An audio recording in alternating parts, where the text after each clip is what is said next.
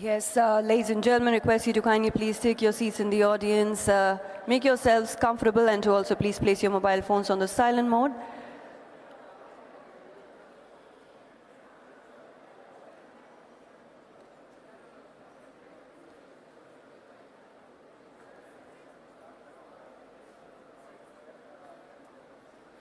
Yes, ladies and gentlemen, as you can see, this is indeed the world's biggest gathering of progressives right here in Hyderabad.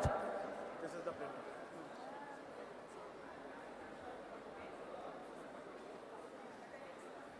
So, First I welcome and then I give over to Ms. So, let me know. once you see that everyone is seated, start.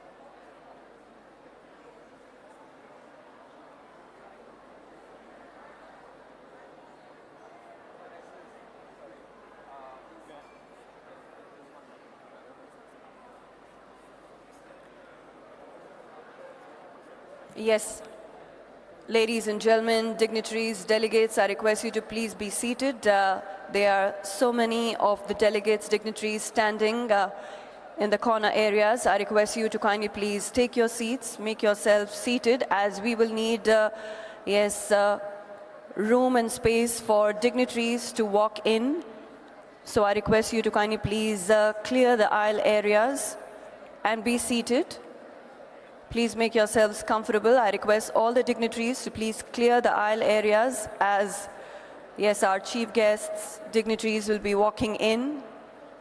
I request all our other esteemed dignitaries to please take your seats, make yourselves comfortable, be seated. Yes, there are so many dignitaries standing. I request you to please settle down. Yes, good evening, ladies and gentlemen. On the 140th year of Indian National Congress and the 70th anniversary of Bandung Conference, which laid the foundations of the non-aligned movement, it is indeed my privilege to welcome you all to the first Bharat Summit in Hyderabad, organized by Telangana government, at a time when the world is growing through such geopolitical, economic, and democratic upheavals.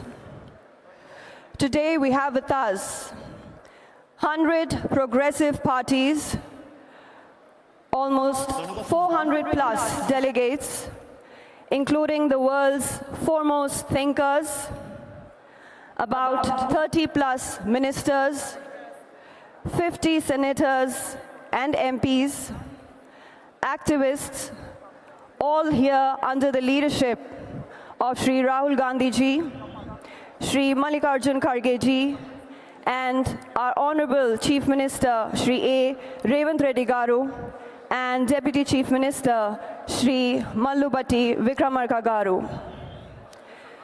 The theme of the Bharat Summit 2025 is delivering global justice, which amplifies Shri Rahul Gandhi ji's vision of Nyay. Yesterday, we witnessed an extensive panel discussion on economic justice, political justice, social justice, gender justice, youth justice, ecological justice, peace and justice, and multilateralism. The summit has also set the platform to highlight our Honorable Chief Minister's development vision of Telangana Rising. And we've also discussed and will be discussing more on how investors and entrepreneurs can invest in Telangana from across the world. Ladies and gentlemen, dignitaries, distinguished guests, we have gathered here today to formally announce the plenary session on Hyderabad Declaration.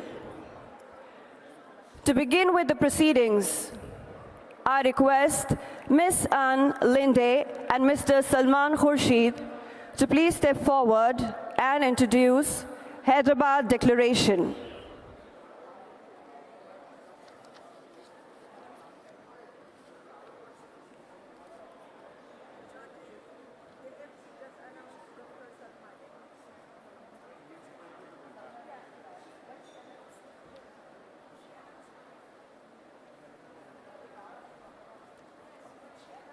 Where we can see? Second.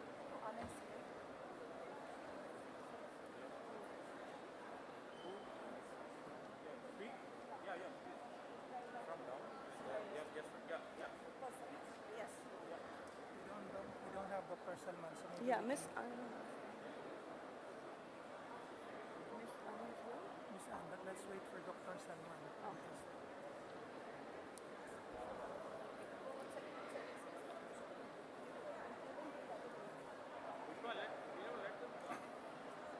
Maybe you can repeat the speech. Yes. So yes, ladies and gentlemen, as I was mentioning that yesterday we had witnessed some extensive panel discussions, and today we are gathered here to formally announce the plenary session on Hyderabad Declaration.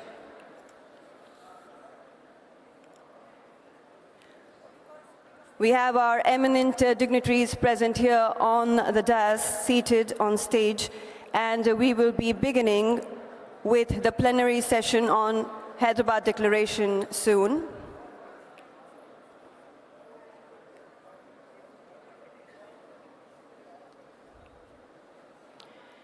Yes, for all those who are walking in, the dignitaries, we have with us 100 progressive parties today present here, 400 delegates, including the world's foremost thinkers. We have about 30 plus ministers, 50 senators and MPs. We also have with us activists. This is indeed world's biggest gathering of progressives, ladies and gentlemen.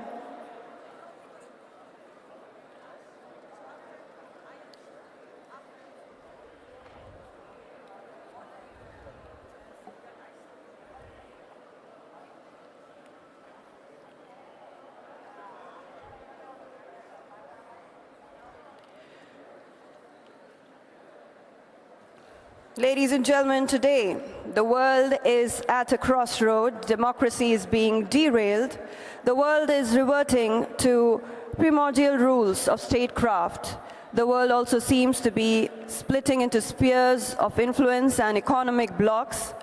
Consequently, inequalities are mushrooming with trade wars, crony capitalism, and slashing of welfare expenditure. Civic rights are being undermined.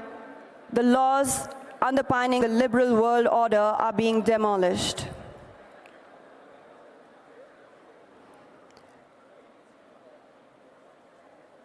The first Bharat Summit in Hyderabad is being organized at a time when the world is going through such geopolitical, economic, and democratic upheavals.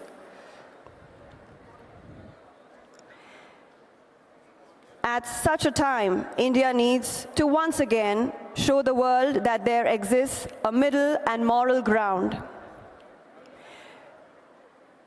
Like we've always have in past, India needs to step up and be the light in darkness. We are witnessing the gathering of progressive forces from across the world here today, which is a rare opportunity for us to demonstrate that we can reimagine a better world.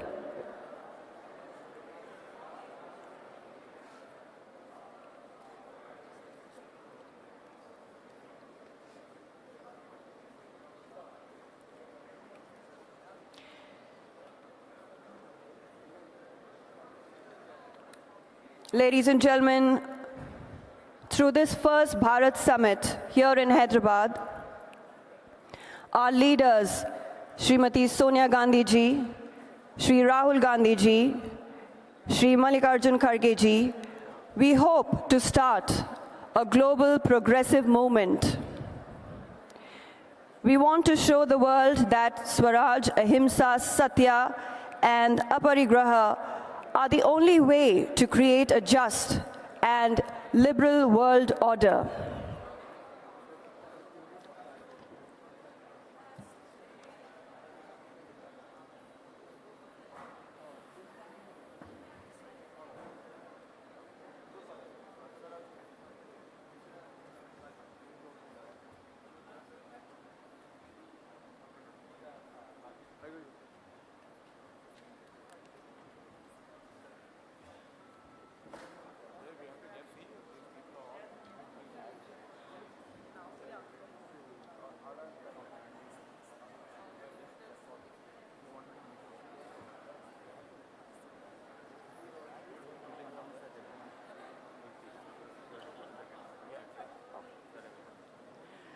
Yes, ladies and gentlemen, I request you to please settle down, be seated. As many delegates are standing, I request you to please take your seats and make yourselves comfortable,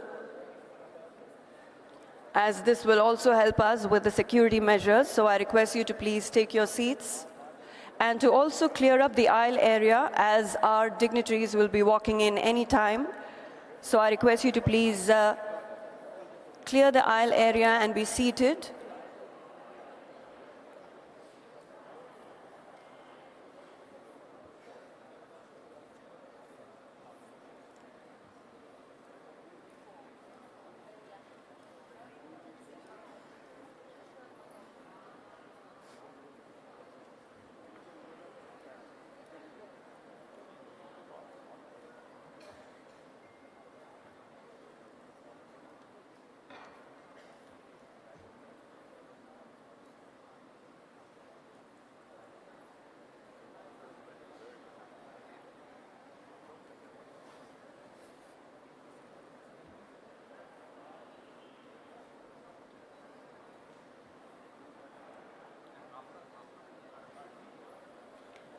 Yes, dignitaries, distinguished guests, request you to please take your seats, make yourselves seated.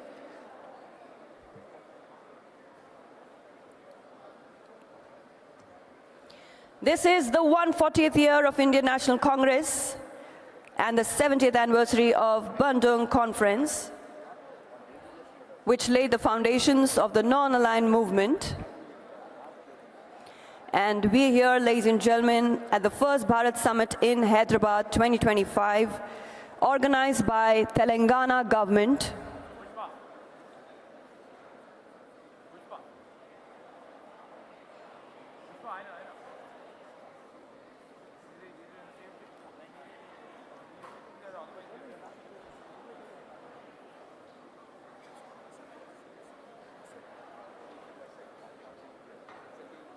We have to shift that. Because RG के लिए it was kept aside.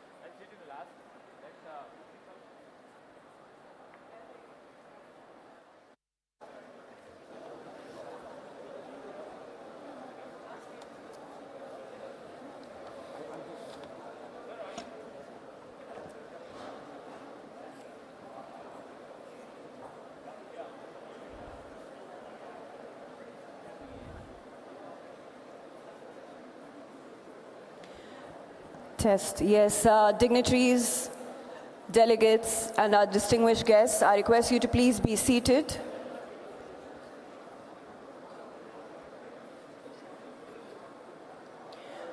Yes, I request you to kindly please take your seats and to please clear the aisle area as our chief guests will be walking in any minute. So I request you to please clear the aisle area.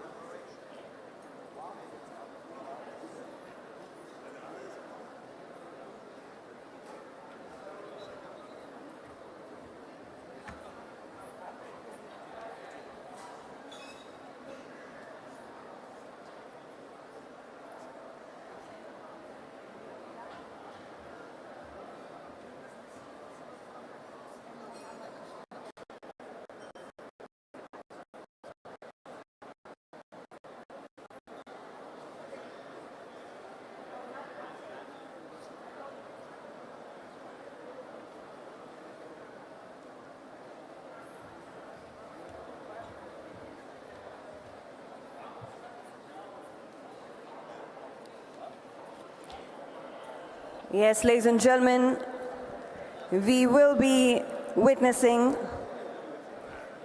the launch of the plenary session on Hyderabad Declaration shortly. Request you to kindly please take your seats, make yourselves comfortable.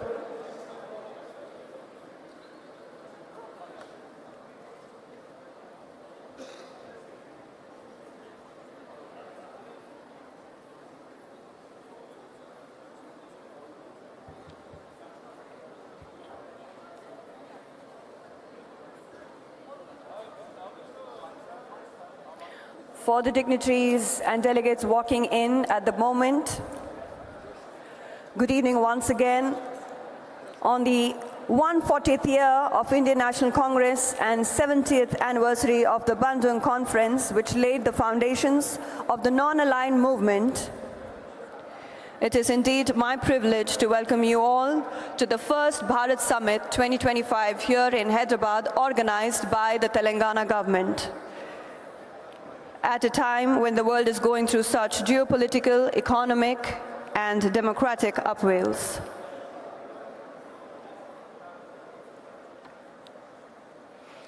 Yes, ladies and gentlemen, today we have with us 100 progressive parties, 400 delegates, including the world's foremost thinkers, about 30 plus ministers, 50 plus senators and MPs, activists, all under the leadership of Shri Rahul Gandhi ji, Shri Mallikarjun Kharge ji, our Honorable Chief Minister Shri A. Revanth Reddy Garu, and Deputy Chief Minister Shri Mallu Bhatti Vikramarka Garu.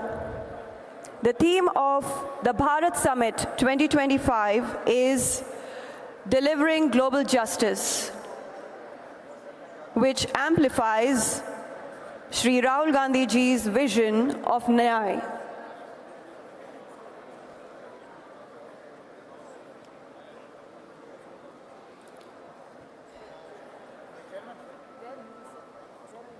Yes, ladies and gentlemen, in a few minutes we will be witnessing the formal announcement of the plenary session on Hyderabad Declaration.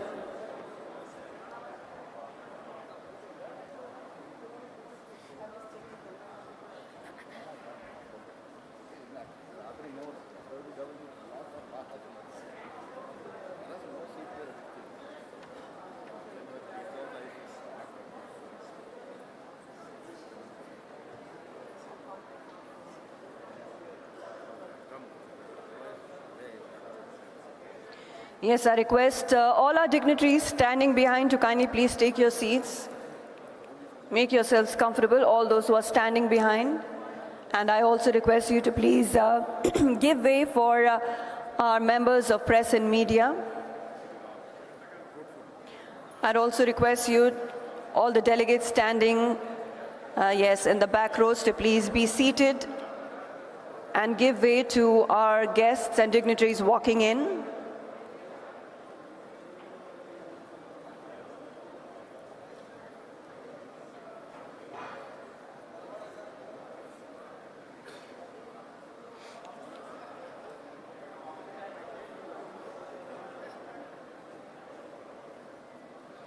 Yes, a lot of dignitaries are standing. I request you to please settle down as it will help us with our security measures.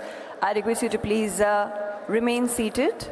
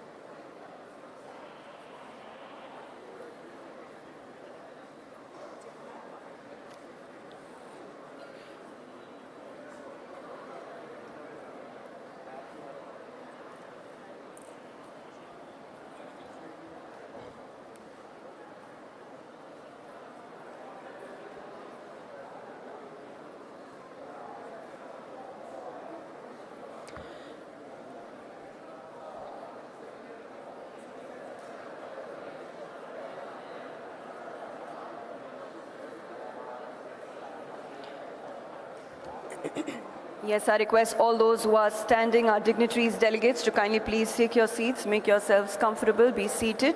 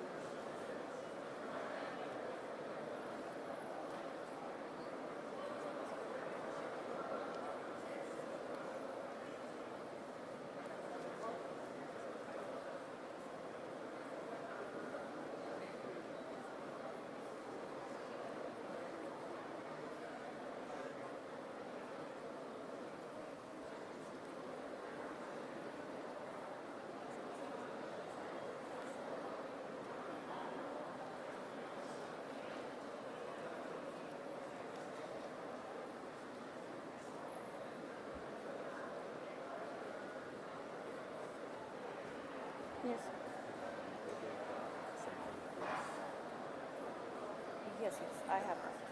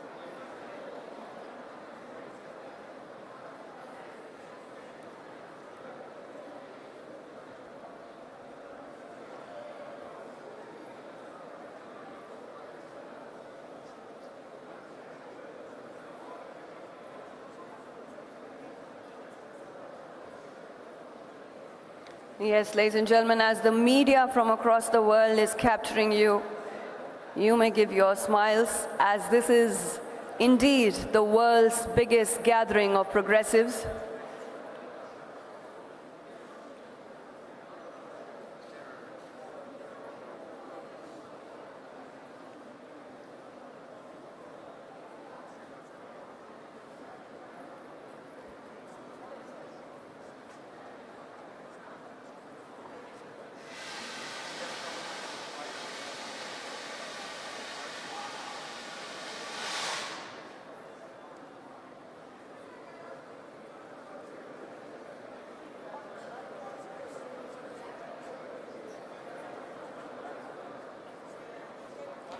Yes, ladies and gentlemen, I request you to please take your seats, be seated.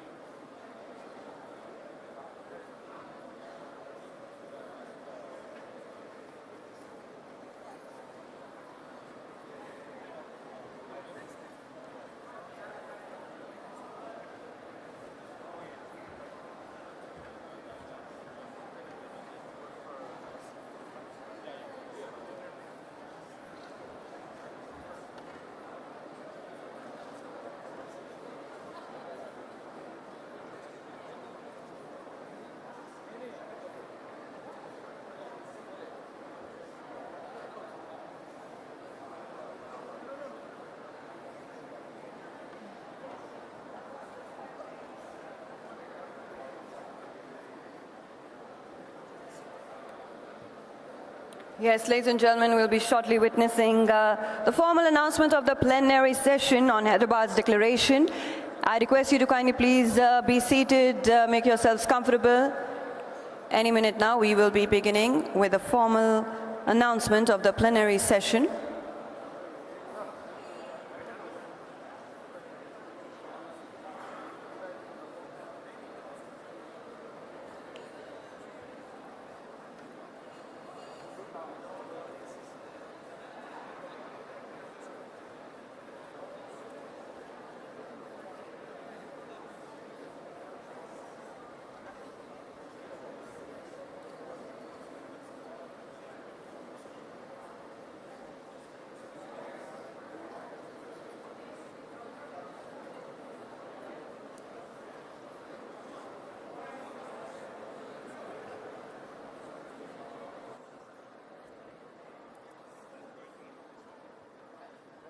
We are all okay now?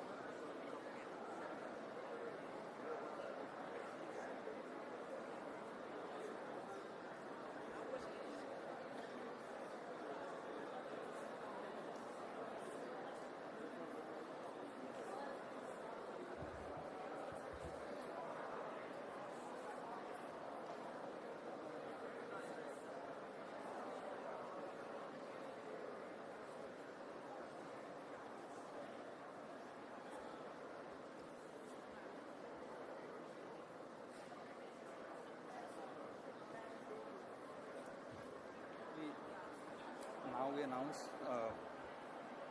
these two people. No, sorry, these ones. Do it now. They're both here now. I request the ministers to sit on stage, both of them. And now we are going to start with the song. Yes, ladies and gentlemen, I request everybody to be seated. We are beginning with this wonderful program. Formally announcing the plenary session now. I request everybody to kindly please be seated, make yourselves comfortable. I also request our ministers on stage to kindly be seated. Once again, ladies and gentlemen, a very good evening.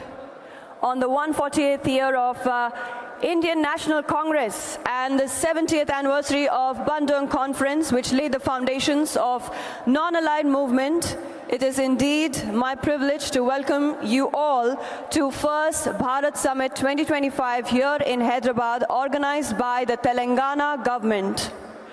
At a time when the world is going through such geopolitical, economic, and democratic upheavals.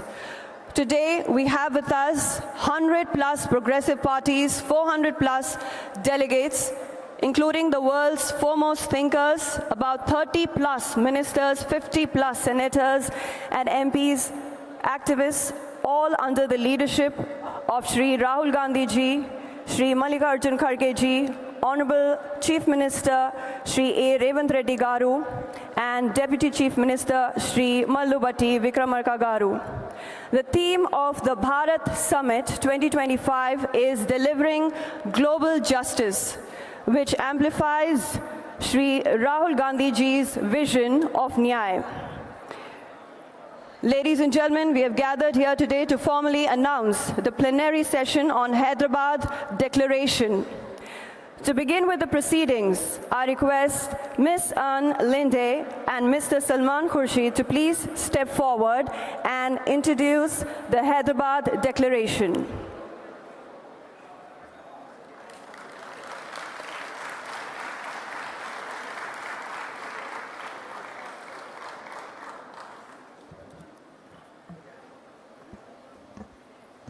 Good afternoon, ladies and gentlemen, and distinguished colleagues. It is my honor to announce that the Congress Party worked very hard on the resolution that was to be presented in the Bharat Summit.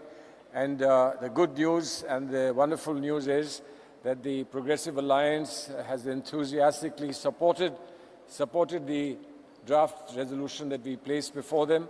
That's been accepted by the board, and my colleague, Madam Ann Lind, is here to give you a gist of that resolution, not read the entire resolution, but the gist of the resolution. Thank you very much. Thank you very much. Yes, I would say that this resolution will be a very important paper for many years to come, and we thank very much the Indian National Congress for preparing the draft. This is a resolution built on the values of the Progressive Alliance, which is freedom, equality, justice, and solidarity. In this resolution, we, of course, start with condemning terrorism in all its form, including the support of terrorism by nation in the wake of the terrible terrorist attack that happened in Kashmir. We also see that far-right leaders and autocratic governments are derailing democracy and limiting freedom, and we want to do something about it.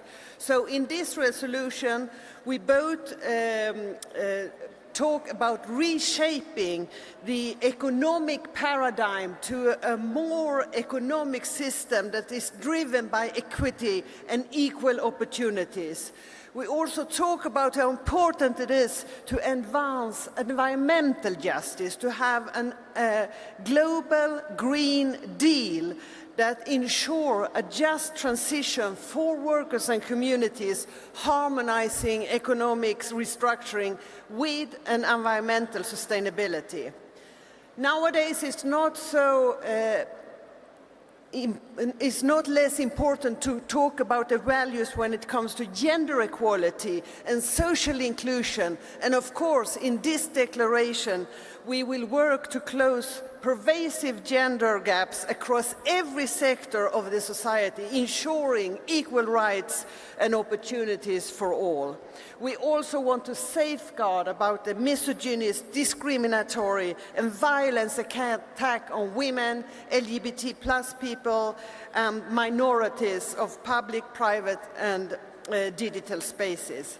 Finally, we would like to work to defend democracy and social justice in a time when they are under heavy attack.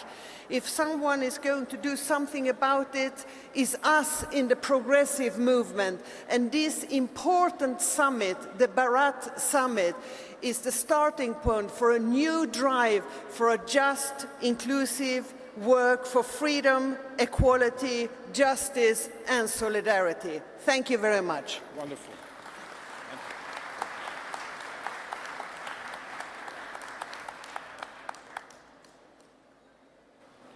Thank you so much, Ms. Ann Linde and Mr. Salman Khurshid. Thank you so much for outlining the Hyderabad resolution. And now, ladies and gentlemen, we shall be watching a video message, a solidarity video message from our dignitaries. We have Mr. Lars Klingbeil from Germany. Can we have the video message, please, the solidarity video message?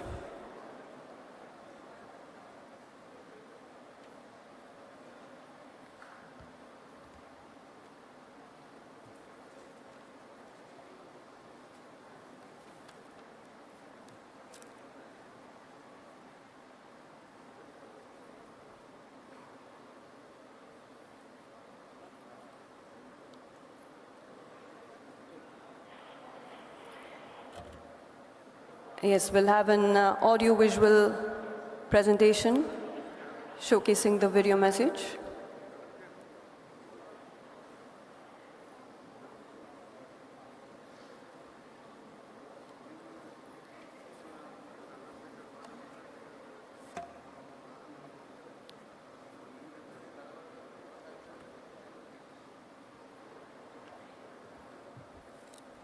All right, we will move forward with the plenary speakers session now, ladies and gentlemen.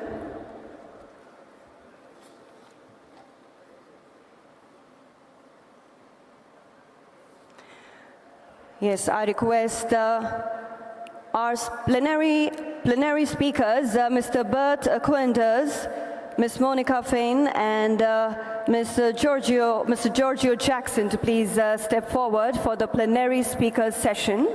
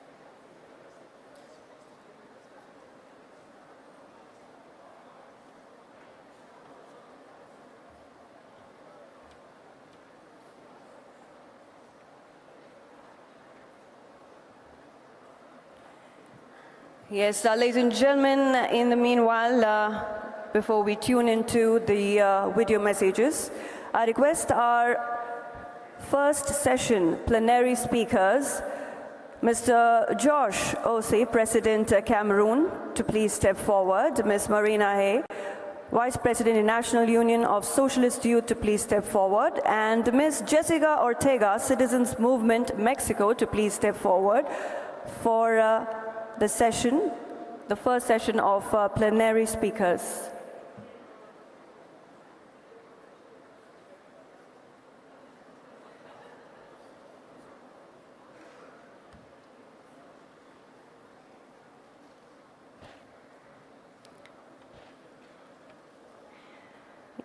Yes, we shall be beginning the proceedings of the speaker's session with Mr. Josh Osei, President Cameroon.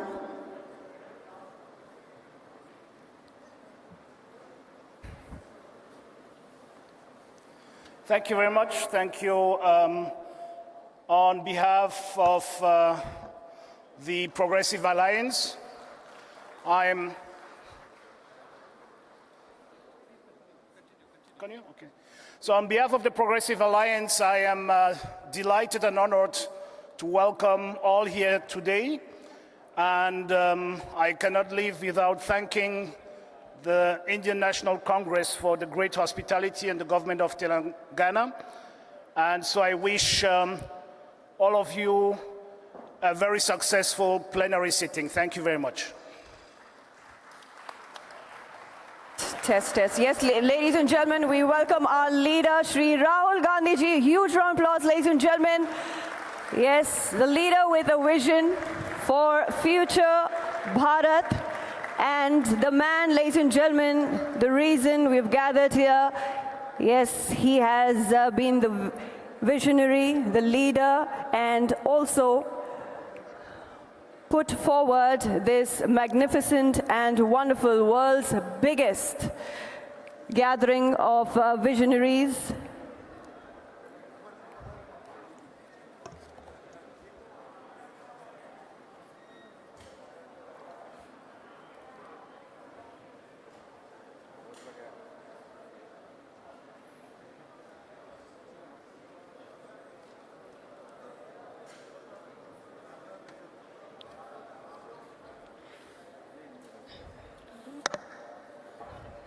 Yes, ladies and gentlemen, as I was mentioning before, that this first Bharat Summit in Hyderabad that we are witnessing here today, organized by the Telangana government, yes, under the leadership of Shri Rahul Gandhi ji, Shri Mallikarjun Kharge ji, Honorable Chief Minister Shri A. Revant Reddy Garu, and Deputy Chief Minister Shri Mallubhatti Vikramarka Garu.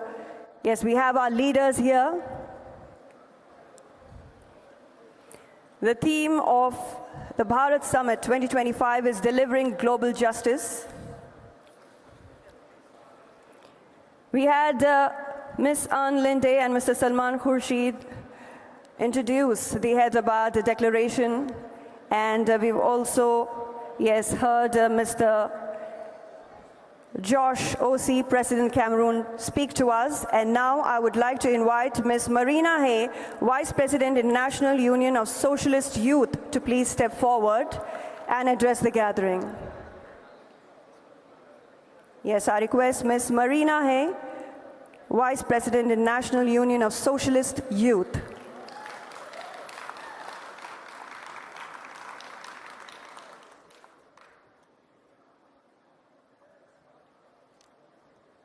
Thank you so much. It is a huge honour to be here today. My name is Marina and I am a proud member of the New Zealand Labour Party. But I'm here today, thank you.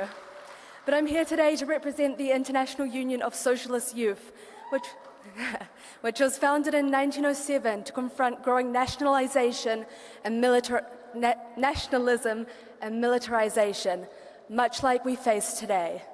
But we are now an organisation of 136 member organisations from 100 plus countries around the world.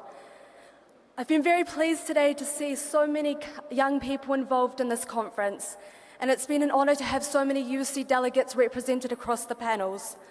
I believe it's very important to have youth at our tables, especially as we confront issues like climate change, polarisation, especially within our young generations, and a rapidly changing media environment. I also think it's especially important to have young women at the table when we face growing misogyny, restricted reproduction rights, and gender-based political violence growing across the world. My request today is simple and I will keep it very short. We are a people-powered movement, and the more connected we are, the more we can achieve. We have many UC delegates here today, and I ask that you please approach us. to connect us with your young politicians, your young activists, and your young academics. We're here to grow and strengthen our movement and the fight against the right. And I'm very much looking forward to hearing the rest of the inputs today. Thank you so much.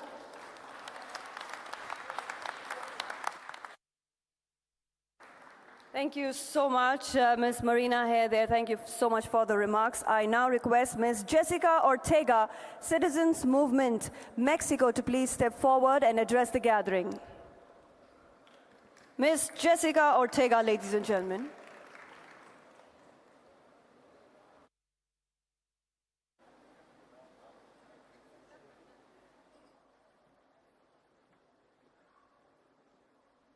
Muchas gracias. Primero quiero agradecer al gobierno de Telangana por esta hospitalidad, a todas y a todos los delegados que nos encontramos hoy aquí en esta importante reunión. A nombre de América Latina y en especial de México, mi país, quiero decirles que estamos muy agradecidos y contentas y contentos por todas las atenciones que han tenido con nosotros. Queridas y queridos camaradas, vivimos tiempos de retos.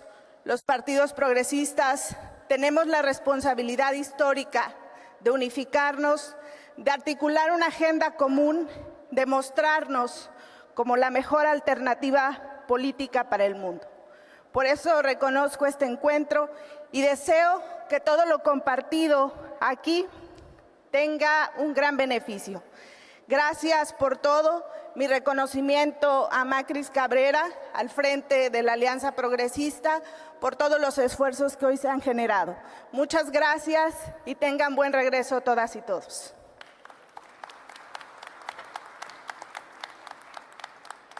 Thank you so much, Ms. Jessica Ortega.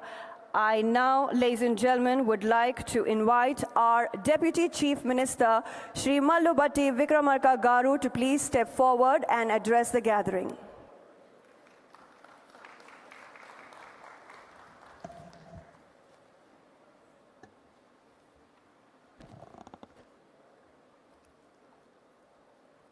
Respected, our beloved leader, Sri Rahul Gandhi ji, Leader of Opposition Lok Sabha, Honorable Chief Minister Sri Revanth Reddy Garu, my cabinet colleagues, senior leaders from AICC and NDA Alliance, leaders of Progressive Alliance and Progressive International, and all the delegates. I am privileged to welcome all of you to the ongoing Bharat Summit on behalf of Government of Telangana. It is a matter of great pride for us to have been given this opportunity to host this amazing global event here in Hyderabad. Our government, right from the first day, has put into action multiple programs which are people-centric and address the most pressing felt needs of the people.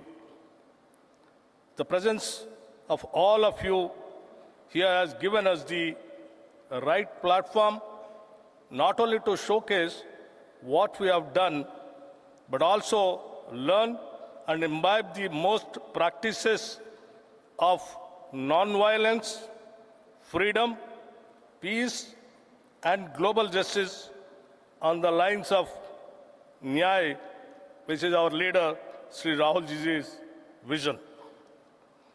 We do hope that this engagement will continue beyond this summit also, and we will continue to enrich our ideals, policies, and programs in days to come. Warm welcome once again. We want to make this Bharat Summit an annual feature. Thank you.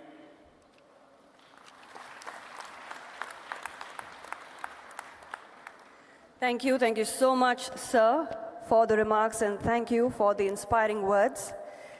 Ladies and gentlemen, Telangana government is organizing this first Bharat Summit in Hyderabad, and ever since the new Congress government assumed office in December 2023, our Honorable Chief Minister, Shri A. Revanth Reddy Garu, has started delivering people-centric development programs and schemes right from day one, uplifting the social status and standard of living of all citizens of Telangana state through various welfare schemes ushered under the Praja Palana program, marking the initiation of extensive initiative aimed at understanding and addressing the needs of the people at grassroots level. All the programs and initiatives are being led by our Honorable Chief Minister of Telangana, Shri A. Revanth Reddy Garu, along with cabinet colleagues under the guidance and mentorship of Shri Rahul Gandhi ji, Shri Mallikarjun Kharge ji, and all senior leadership of Congress Party. I now request our Honorable Chief Minister, Shri A. Revanth Reddy Garu, to please address the gathering.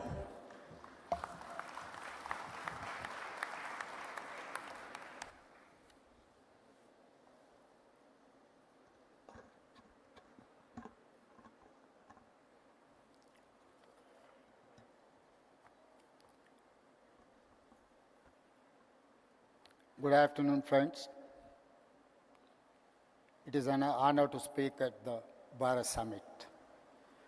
Leaders, intellectuals, change makers, and activists from different countries, I welcome you to the state of Telangana and its vibrant capital, Hyderabad. Telangana has a rich history, tradition, culture, and heritage. We were part of state called Andhra Pradesh and fought for many decades for separate state. The leadership for education came from students, trade union workers, farmers, and women.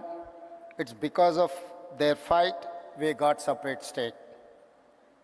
However, for 10 years, dreams and aspirations of people were not fulfilled. They were deeply disappointed. When Congress government got elected, expectations were high. Our government has simple mantra: fulfill dreams of every section of society, especially students and youth, farmers, women, and oppressed castes. We have launched some of the biggest welfare schemes in the history of India. On August 15, 2024, we paid rupees 20,000 on India's Independence Day. Farmers of Telangana found free from debt. This is biggest loan waiver in India for any state. Farmers in my state get 24/7 free power. We gave a crop input subsidy named by Rait Bharosa of rupees 12,000 per year per acre of land. An annual support of rupees 12,000 per family is given to landless labor with Narega cards. Together, we give over rupees 20,000 crore annually to agriculture sector, farmers with land and landless labor combined. We are able to do justice to agriculture and farmers and the farming ecosystem. Farmers are seen agitating for minimum support price. In my state, in many states, in Telangana, we give minimum support price and additional paddy crop bonus of rupees 500 per quintal. Telangana farmers are making profits after we introduced bonus scheme. Farmers also benefit from both farmers insurance and crop insurance. And also students were at the forefront of Telangana education, but nothing was done for them. their education or employment opportunities. Many youth pass out from college with a certificate but no skills. For such youth, we started the Young India Skills University. There were no government job recruitment or notifications. When we took charge in the first year, we could fill over 60,000 jobs in government. We now launched Raju Yuva Vikasam to fund startup dreams, covering 5 lakh youth. The Congress party has a history of understanding what people need to different times and make policies to address those needs. Pandit Jawaharlal Nehru, first Prime Minister of India, focused on irrigation and education. Srimati Indira Gandhi focused on removing poverty through programs for roti, kapda or makan. The next 3 Congress Prime Ministers, Mr. Rajiv Gandhi, P.V. Narasimha Rao and Manmohan Singh focused on modernization, development and global technology revolutions like telecom and software. It is they who made it possible today for India to be 5th largest economy in the world. Our top priority is education, health and employment opportunities. We attended investment summits in Davos, USA, South Korea, Japan and Singapore. We got over 2.5 lakh crores investment to create jobs for youth in private sector. Telangana is a state where women are treated with equality and respect as part of our culture. Our women have led the struggle for separate state as strongly as our men. For my government, women, farmers and youth are most important stakeholders. We have amazing women entrepreneurs in my state. They are organized into self-help groups. It has 67 lakh members. We want to make 10 million women business successes. We want to see them grow into millionaires.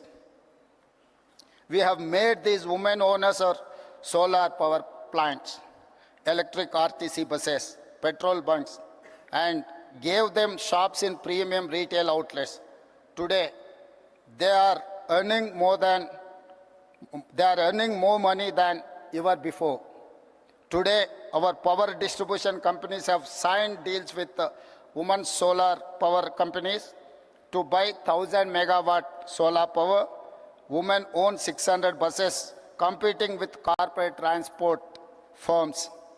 Our women entrepreneurs are competing with Adani, Ambani, and big corporates in running these solar plants, EV buses, and have shops in the highest street retail at Shilparamam. In fact, we have scheduled a visit to this amazing facility where they are making products and displaying and selling them to world market.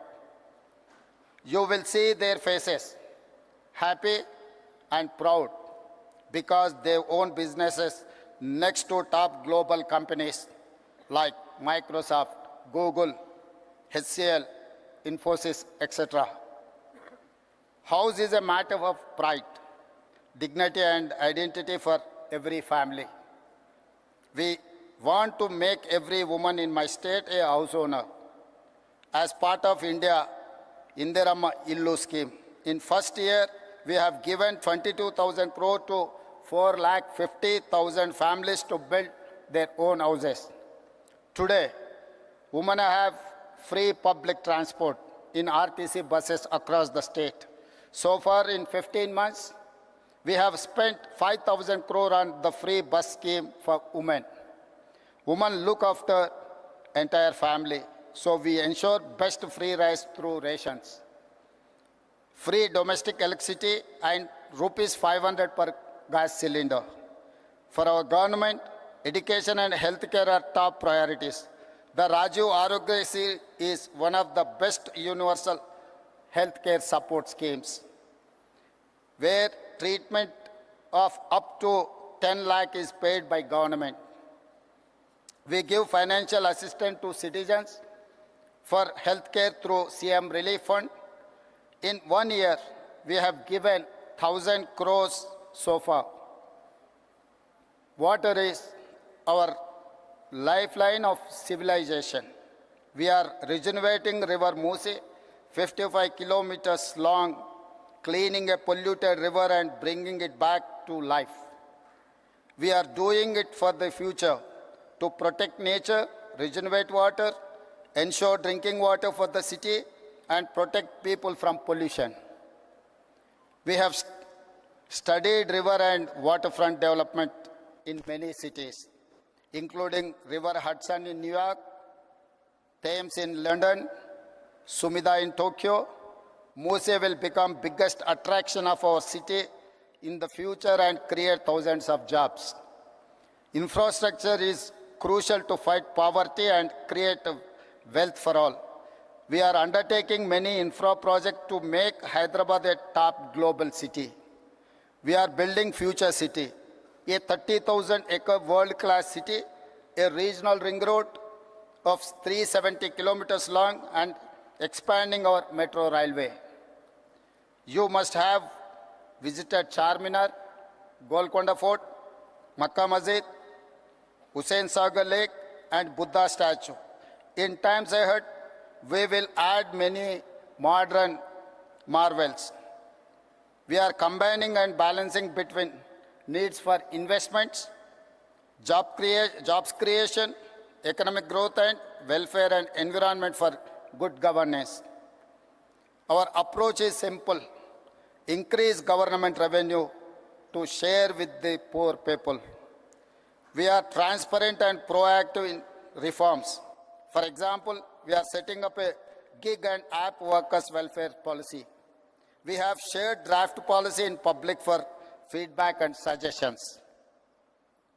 We conduct Prajavani, where citizens can share all their issues and problems.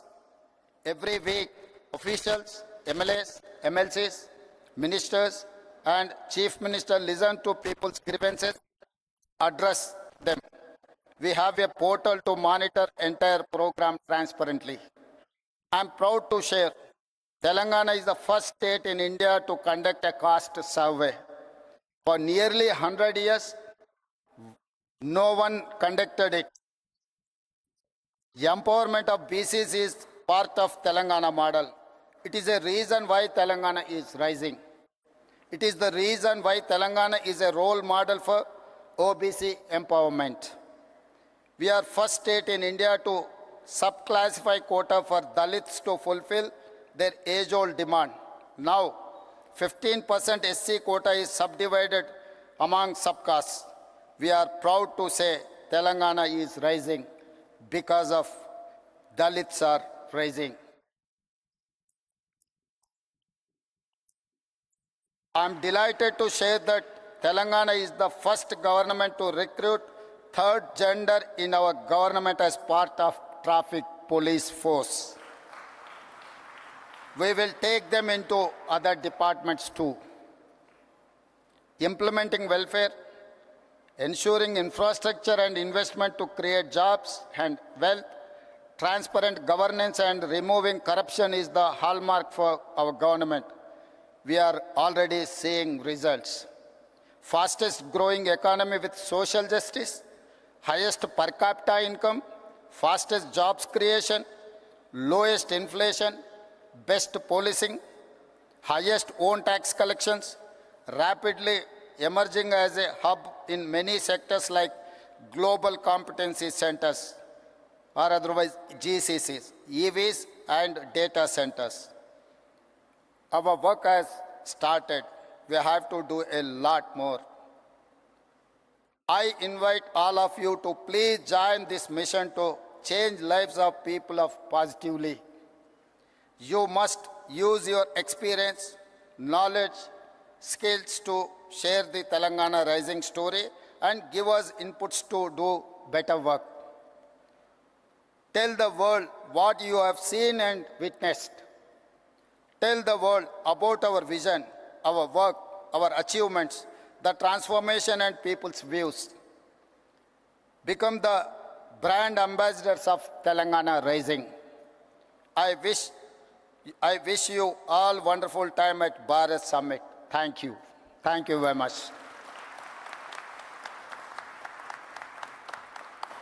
Thank you for the motivating and inspiring words. And as a Telangana citizen, I'm proud that my state is hosting the world's biggest gathering of visionaries, of progressives.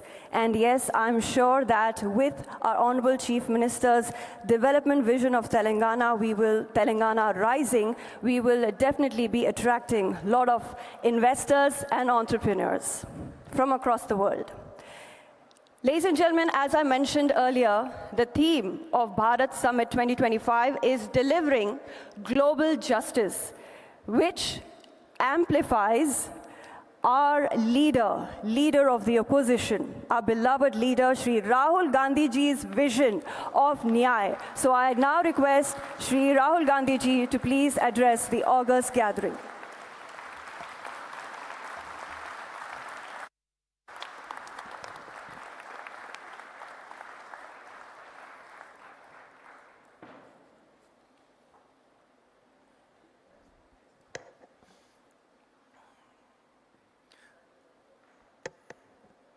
I'd like to welcome all the delegates from different countries who have come here for the summit.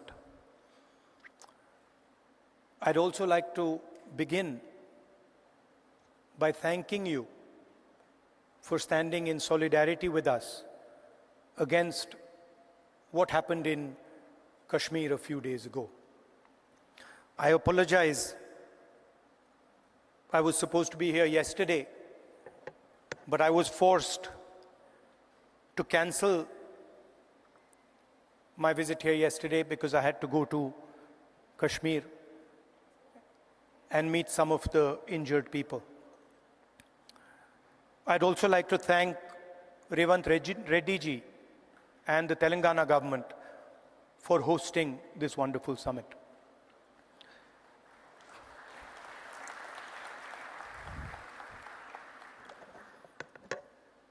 As we all know, politics, democratic politics, has fundamentally changed across the globe. The rules that applied,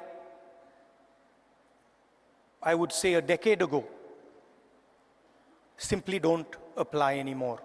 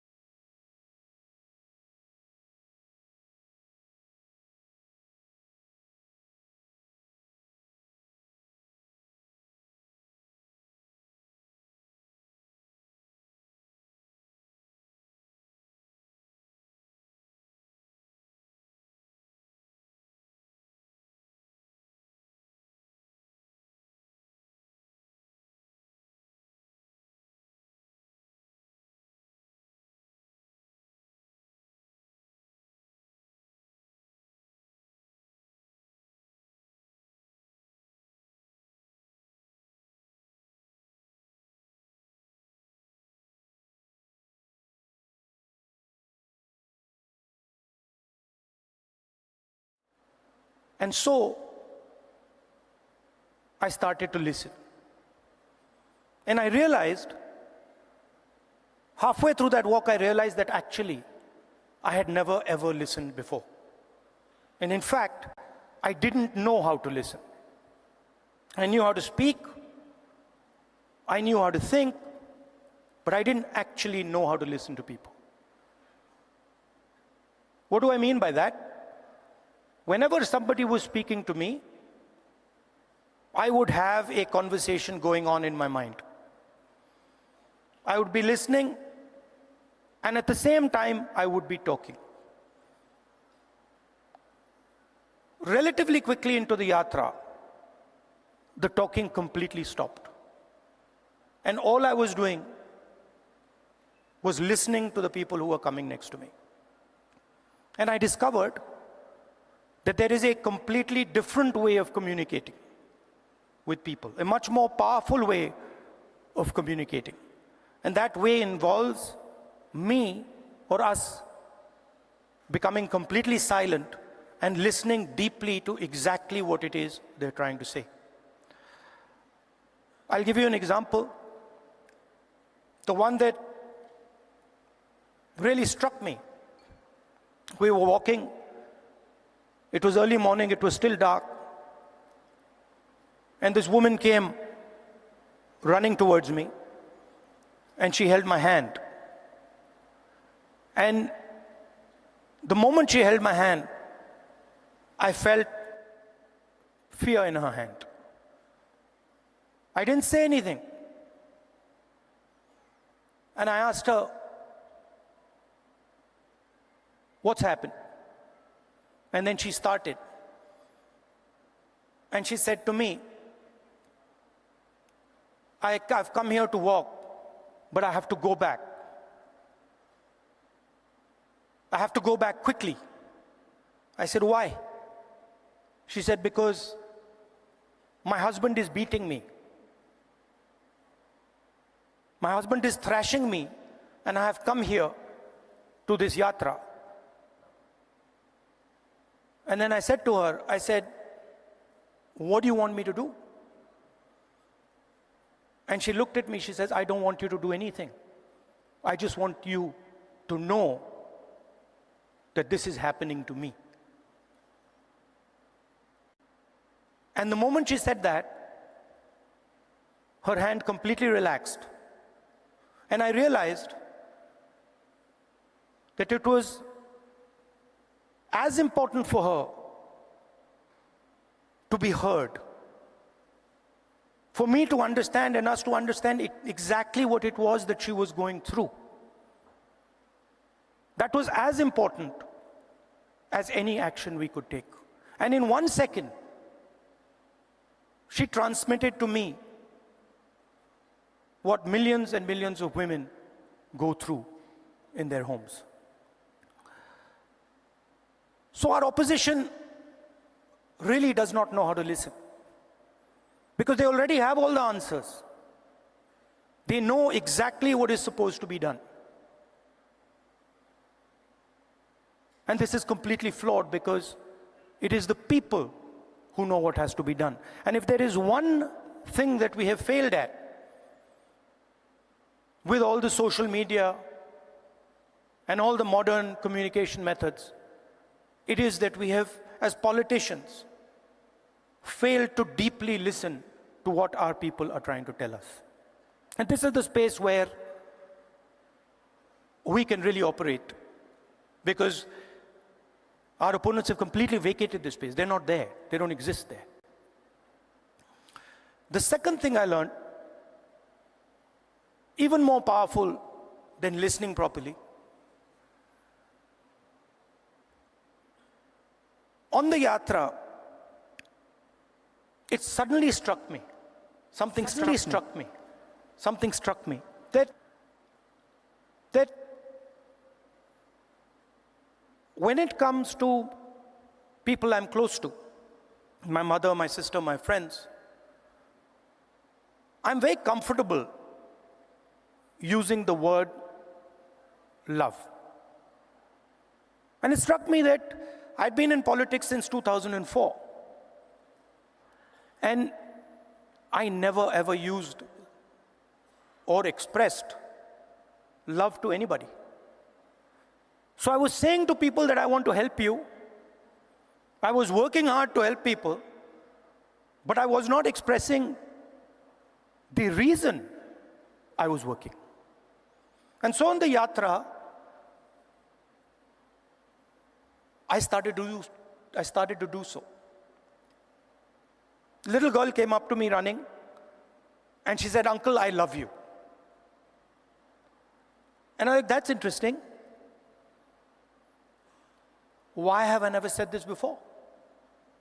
Why have I never used this narrative that is the central narrative and the reason for what I do? And so I started. I would listen, and then I would use the frame of love and affection, and I would tell people that, you know, I love you very much.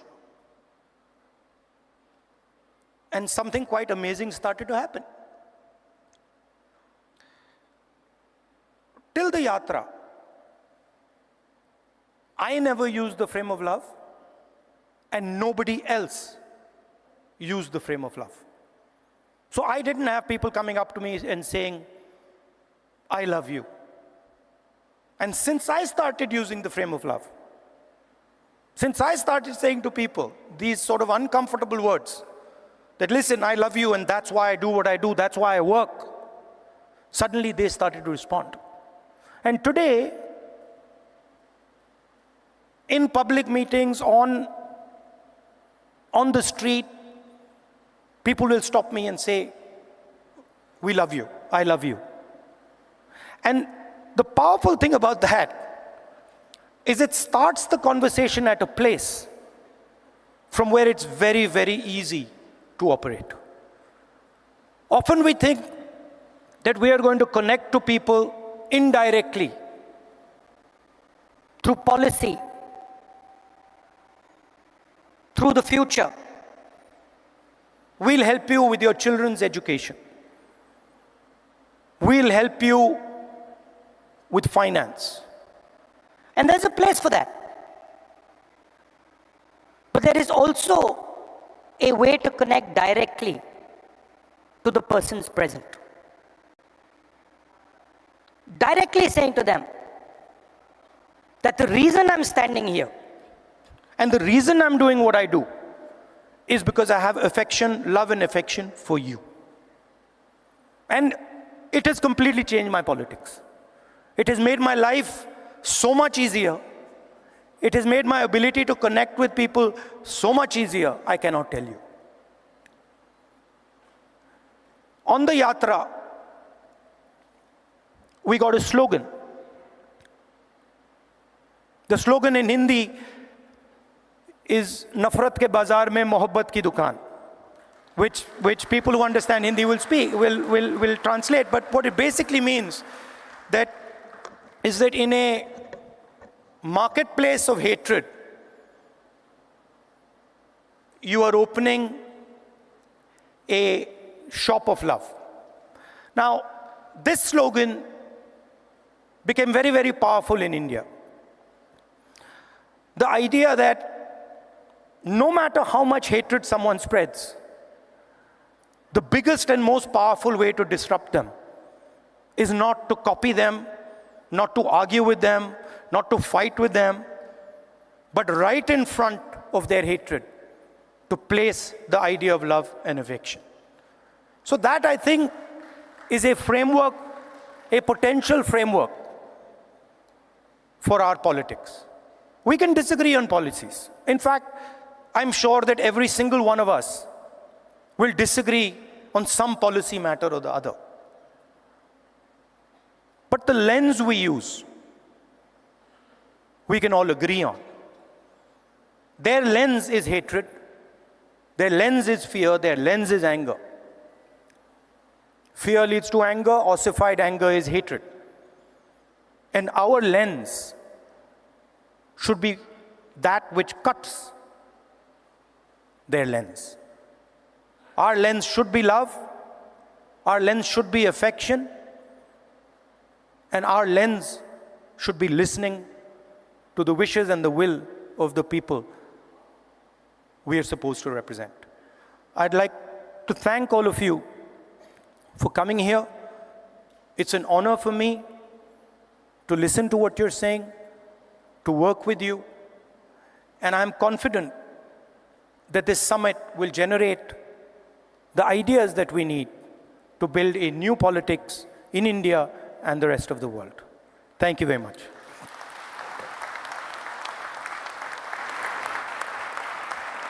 Thank you so much, Shri Rahul Gandhi ji, ladies and gentlemen, always motivating and inspiring us. And through this Bharat Summit, our leaders, Srimati Sonia Gandhi ji, Shri Rahul Gandhi ji, and Shri Mallikarjun Kharge ji, we hope to start, and we have, I should say, already started a global progressive movement where we want to show that Swaraj, Ahimsa, Satya, and Aparigraha are the only way to create a just and liberal world order. Ladies and gentlemen, we now will be watching a solidarity video message from Mr. Wayne Swan from Australia. So can we have the AV, please?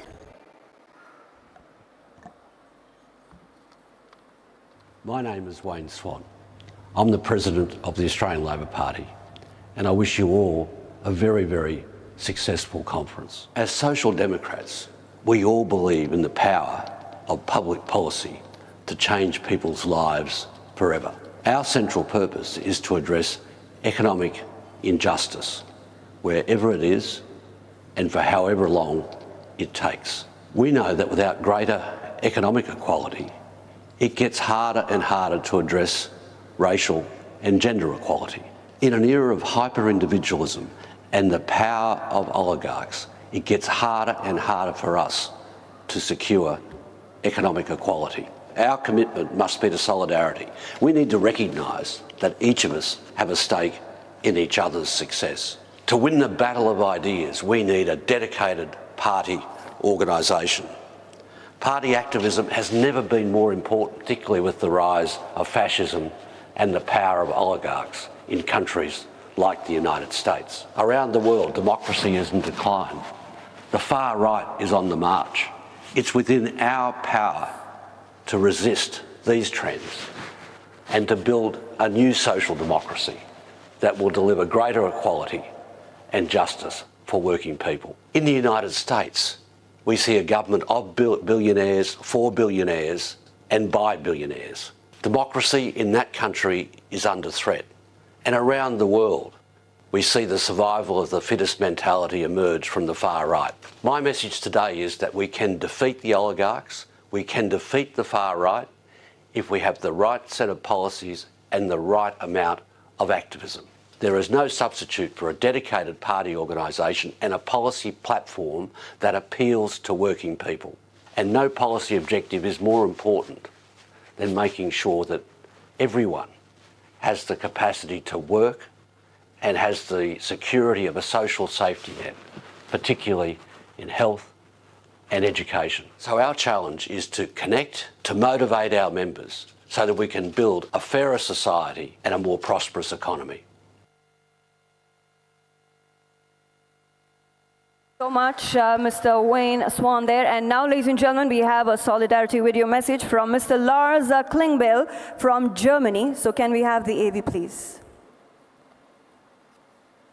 Dear comrades and friends, dear Rahul Gandhi, on behalf of the Social Democratic Party of Germany, I would like to convey to you the warmest greetings. I would like to thank Rahul Gandhi and the Indian National Congress for hosting this international conference. Unfortunately, I cannot take part today. As many of you know, we are in the midst of forming a government in Germany. Dear friends, the issues we're facing in Germany and in Europe are closely connected to the topics you are discussing on your conference. Our international rule-based order has come under great pressure.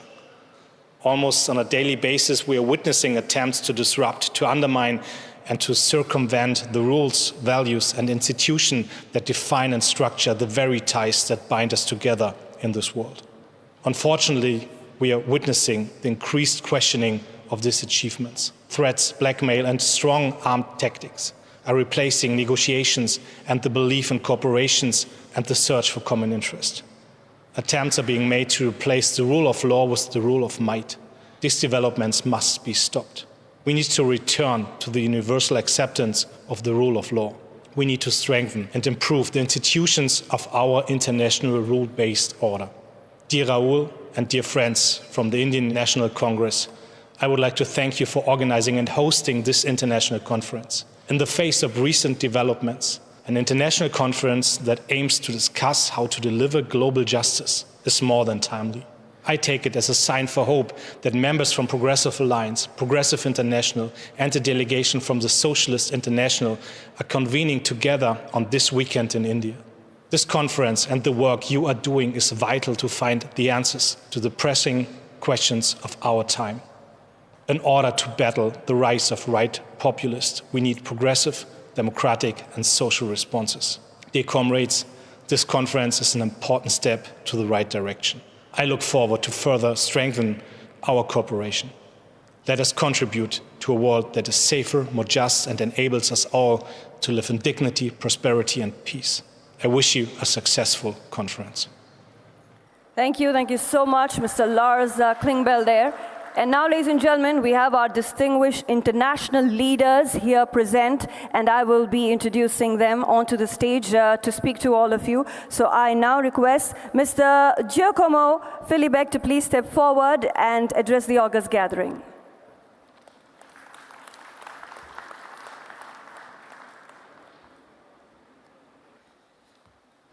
Namaste.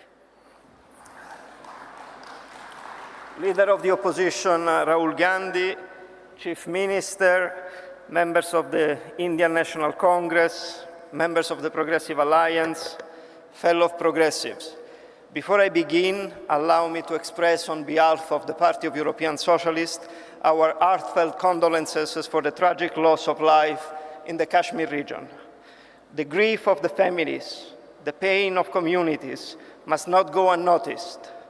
We stand in solidarity with all those affected and reaffirm our belief that peace and human lives must never be sacrificed for political gains.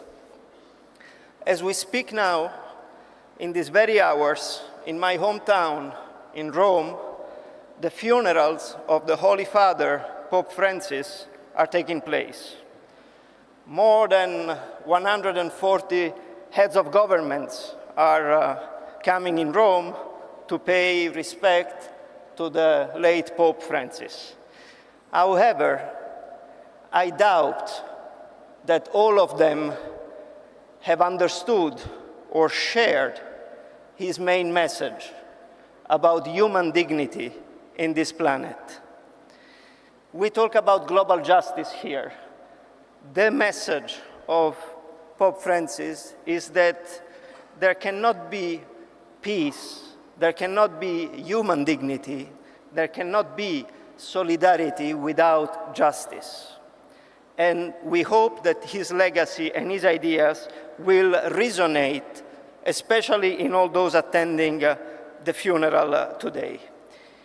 In today's complex political landscape, we must carefully evaluate the spectrum of governmental actions, identifying those that align with democratic processes and denounce those that dangerously deviate from them.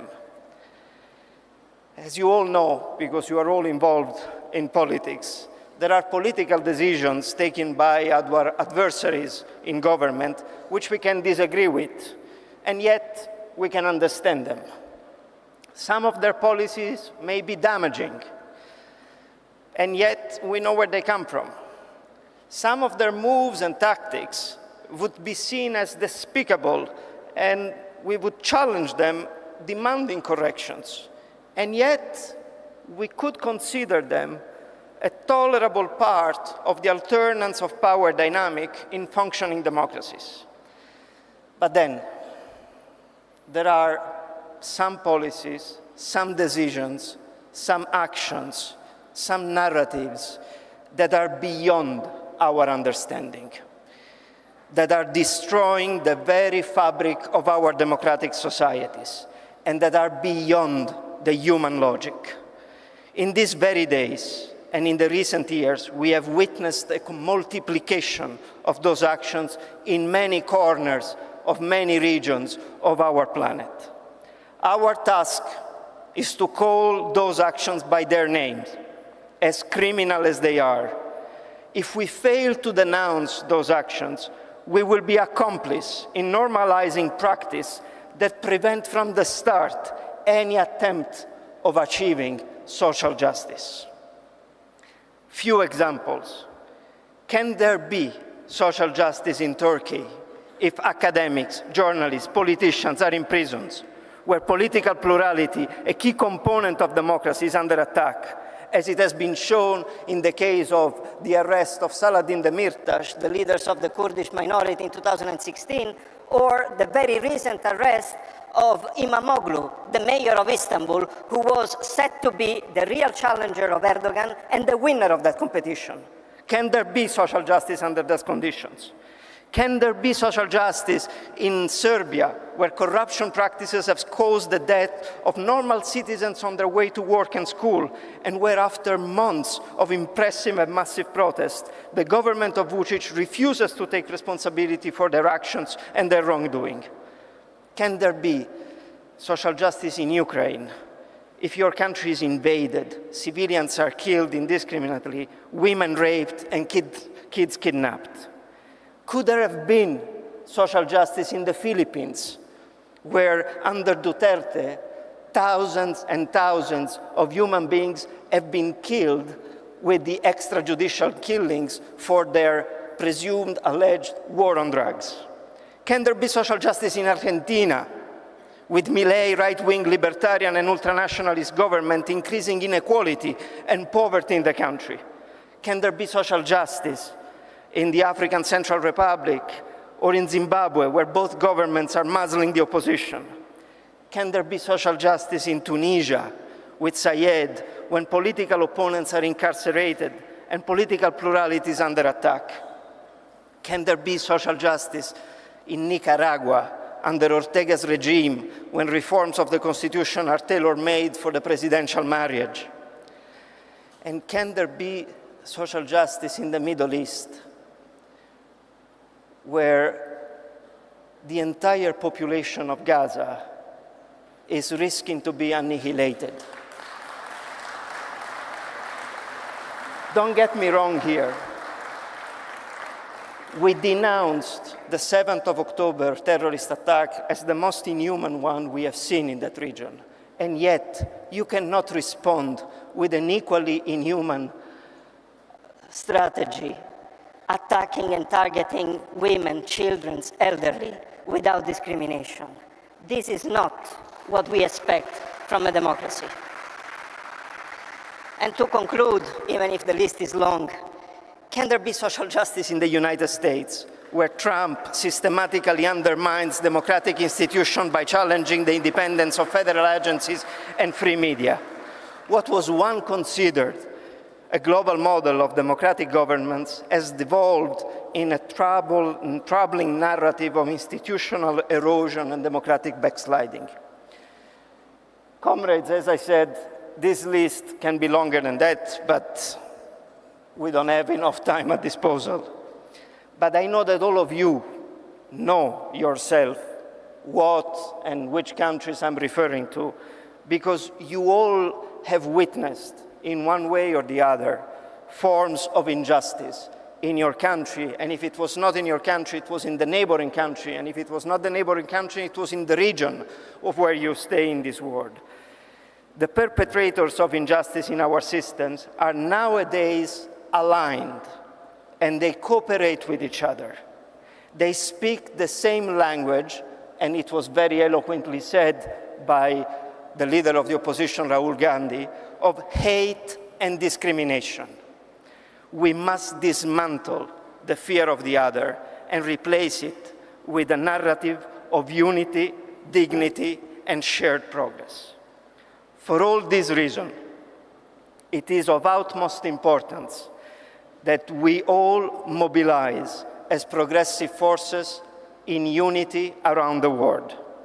We need to reinvigorate the global progressive movement, one that is driven by the belief that a better world is possible. For us to succeed, it is essential to deepen our links with all players like-minded around the world. And together, we can build a common narrative and have a common voice to face this fragmented world that lies ahead. Yesterday was the 80th anniversary of the liberation of my country, of Italy, from the Nazi fascist occupation. We must never forget the sacrifice of the lives of the resistance movements in a country like Italy. Their sacrifice is what allowed the generation afterwards, like mine, to enjoy a system where human rights, freedom of speech, democratic practices are possible. There are forces in this world that are trying to push us to forget that sacrifice or to minimize it. We shall never allow this to happen. And the best way to do it is to unite ourselves under the leadership of leaders like Rahul Gandhi and all the leaders of our parties to make our voice heard in every region of the world. Bella ciao.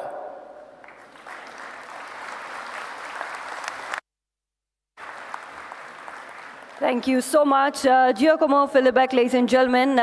Mr. Giacomo Filibeck is the Secretary General, Party of European Socialists. And yes, moving forward to our next distinguished international leaders here on stage, I request all of you to kindly please limit your speech to 2 minutes maximum because we are running short on time. I now request, yes, Mr. Bert Koenders to please step forward. Mr. Bert Koenders, former Foreign Minister, to address the gathering.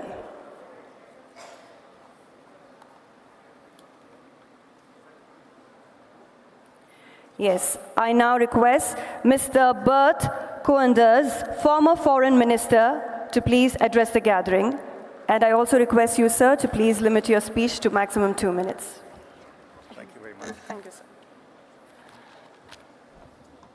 Mr. Gandhi, ladies and gentlemen, thank you very much. It's a great honor for me, representing here today the Dutch Labour Party, to be with you here in a very historic meeting.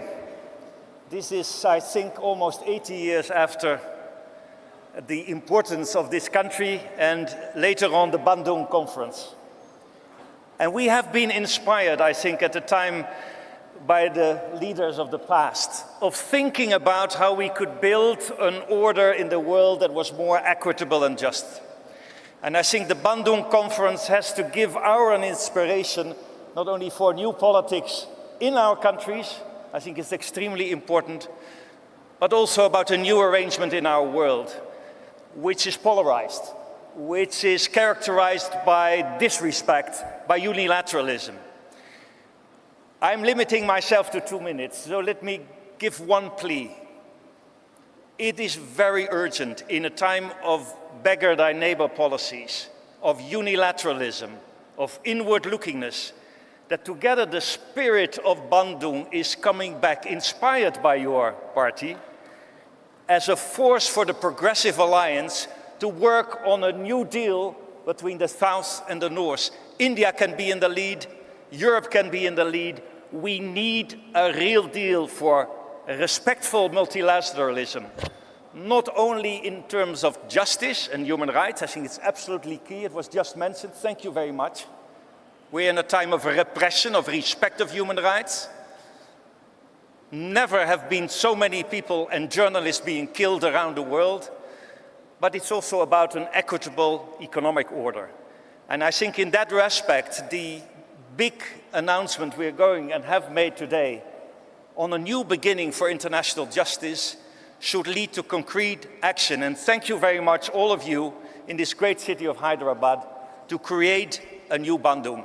A Bandung worldwide, with respect for each other, respect for human rights and international justice. Thank you very much.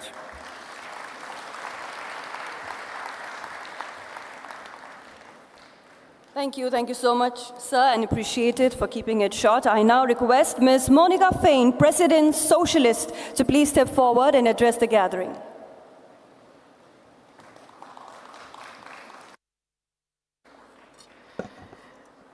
Buenas tardes. Gracias al gobierno de Telangana, gracias a la Alianza Progresista, señor líder de la oposición Rahul Gandhi. Vengo como presidenta del Partido Socialista de Argentina a expresar que la extrema derecha amenaza nuestras democracias, que la extrema derecha arrasa nuestra libertad e impulsa guerras para tomar hegemonía comercial en el mundo. La extrema derecha desprecia nuestras instituciones y genera violencia y odio. Ante esa realidad de la extrema derecha estamos aquí, los progresistas del mundo, diciendo que necesitamos una nueva democracia, gobiernos globales que transformen la realidad, poniendo a la ciudadanía y a las personas como eje del desarrollo de un país. Argentina no tiene que contarlo, es el laboratorio de la extrema derecha, donde se produce el brutal ajuste de la economía, la destrucción de la ciencia, de la educación, de la salud y la reivindicación de la violencia de la última dictadura militar. Nosotros en Argentina vivimos el accionar de la extrema y de la ultraderecha. Por eso venimos a este lugar y agradecemos este encuentro para decir que necesitamos una voz progresista más fuerte que le diga al mundo que podemos construir una sociedad con igualdad, con solidaridad, con justicia para todos y para todas, donde las mujeres, las disidencias, los campesinos, las campesinas, todas aquellas que queremos tener una vida digna, lo podamos construir. Esa es la voz del progresismo, es la voz que venimos a llevarnos de este Congreso. Gracias por la recepción. Thank you so much, ma'am. I now request Mr. Jiom Long to please step forward. Yes, Mr. Jiom Long, former Foreign Minister, Ecuador, to please step forward and address the gathering.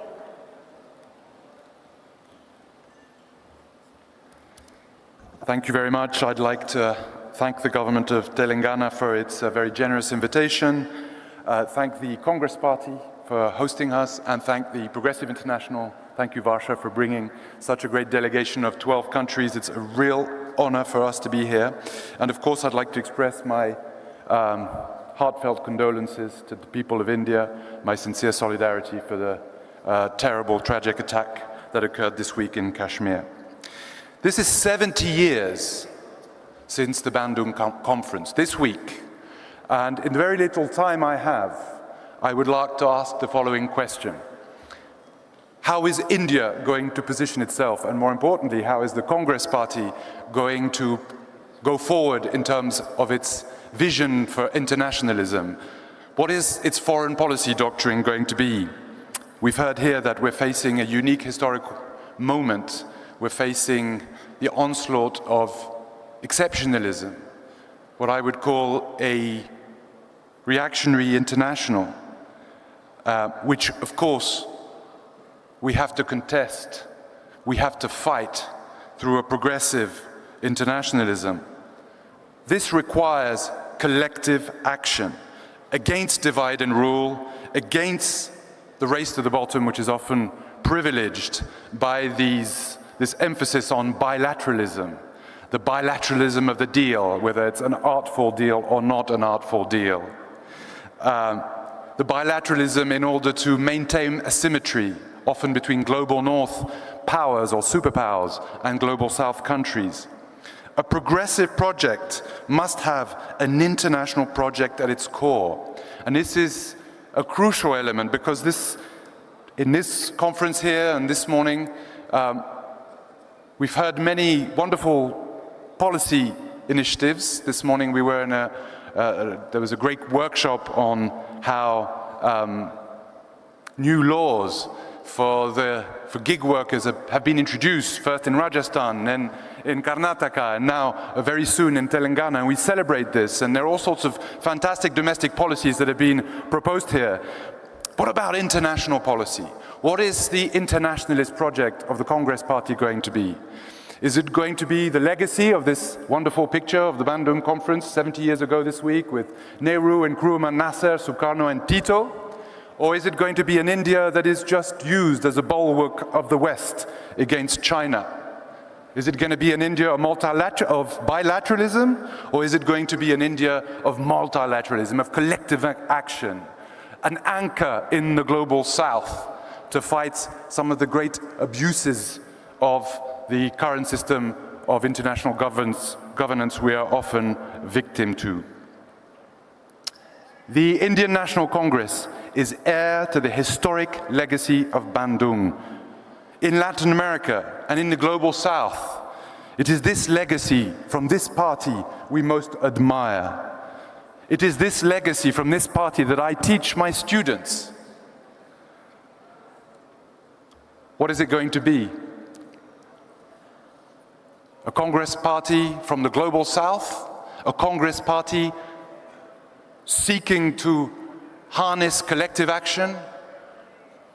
A Congress party going back to its non-aligned roots? We heartily hope so in Latin America and the global South, and we encourage you all to follow this path. We need a genuine, not a vacuous, not a tokenistic, commitment to the struggle for the democratization of the international system that serves the needs, the interests, the rights of the world's majority. The Congress Party is called to play this role. Thank you very much.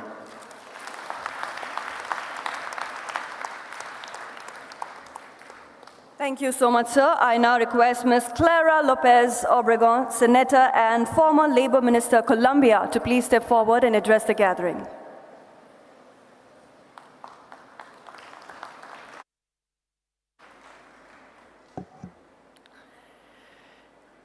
Colleagues from the progressive forces of the world over, Mr. Rahul Gandhi,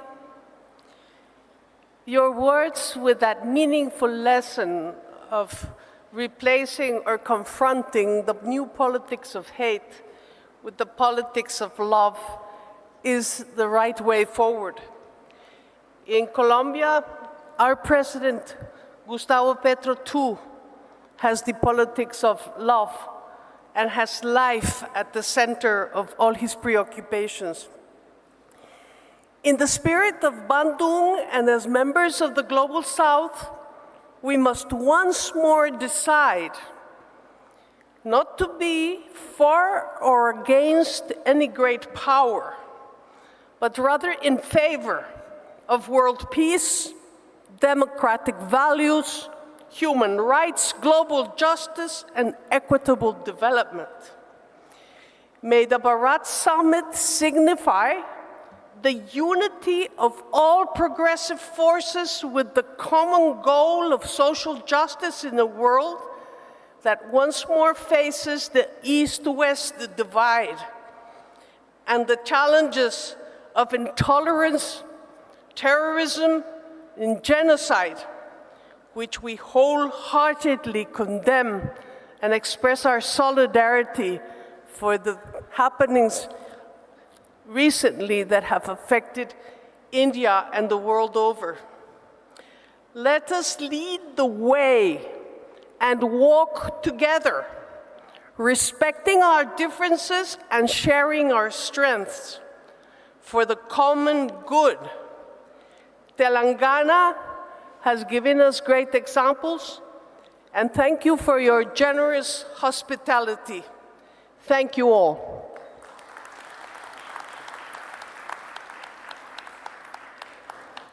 Thank you so much, ma'am. I now request Mr. Jorge Tayana, former Foreign Minister, Argentina, to please step forward and address the gathering.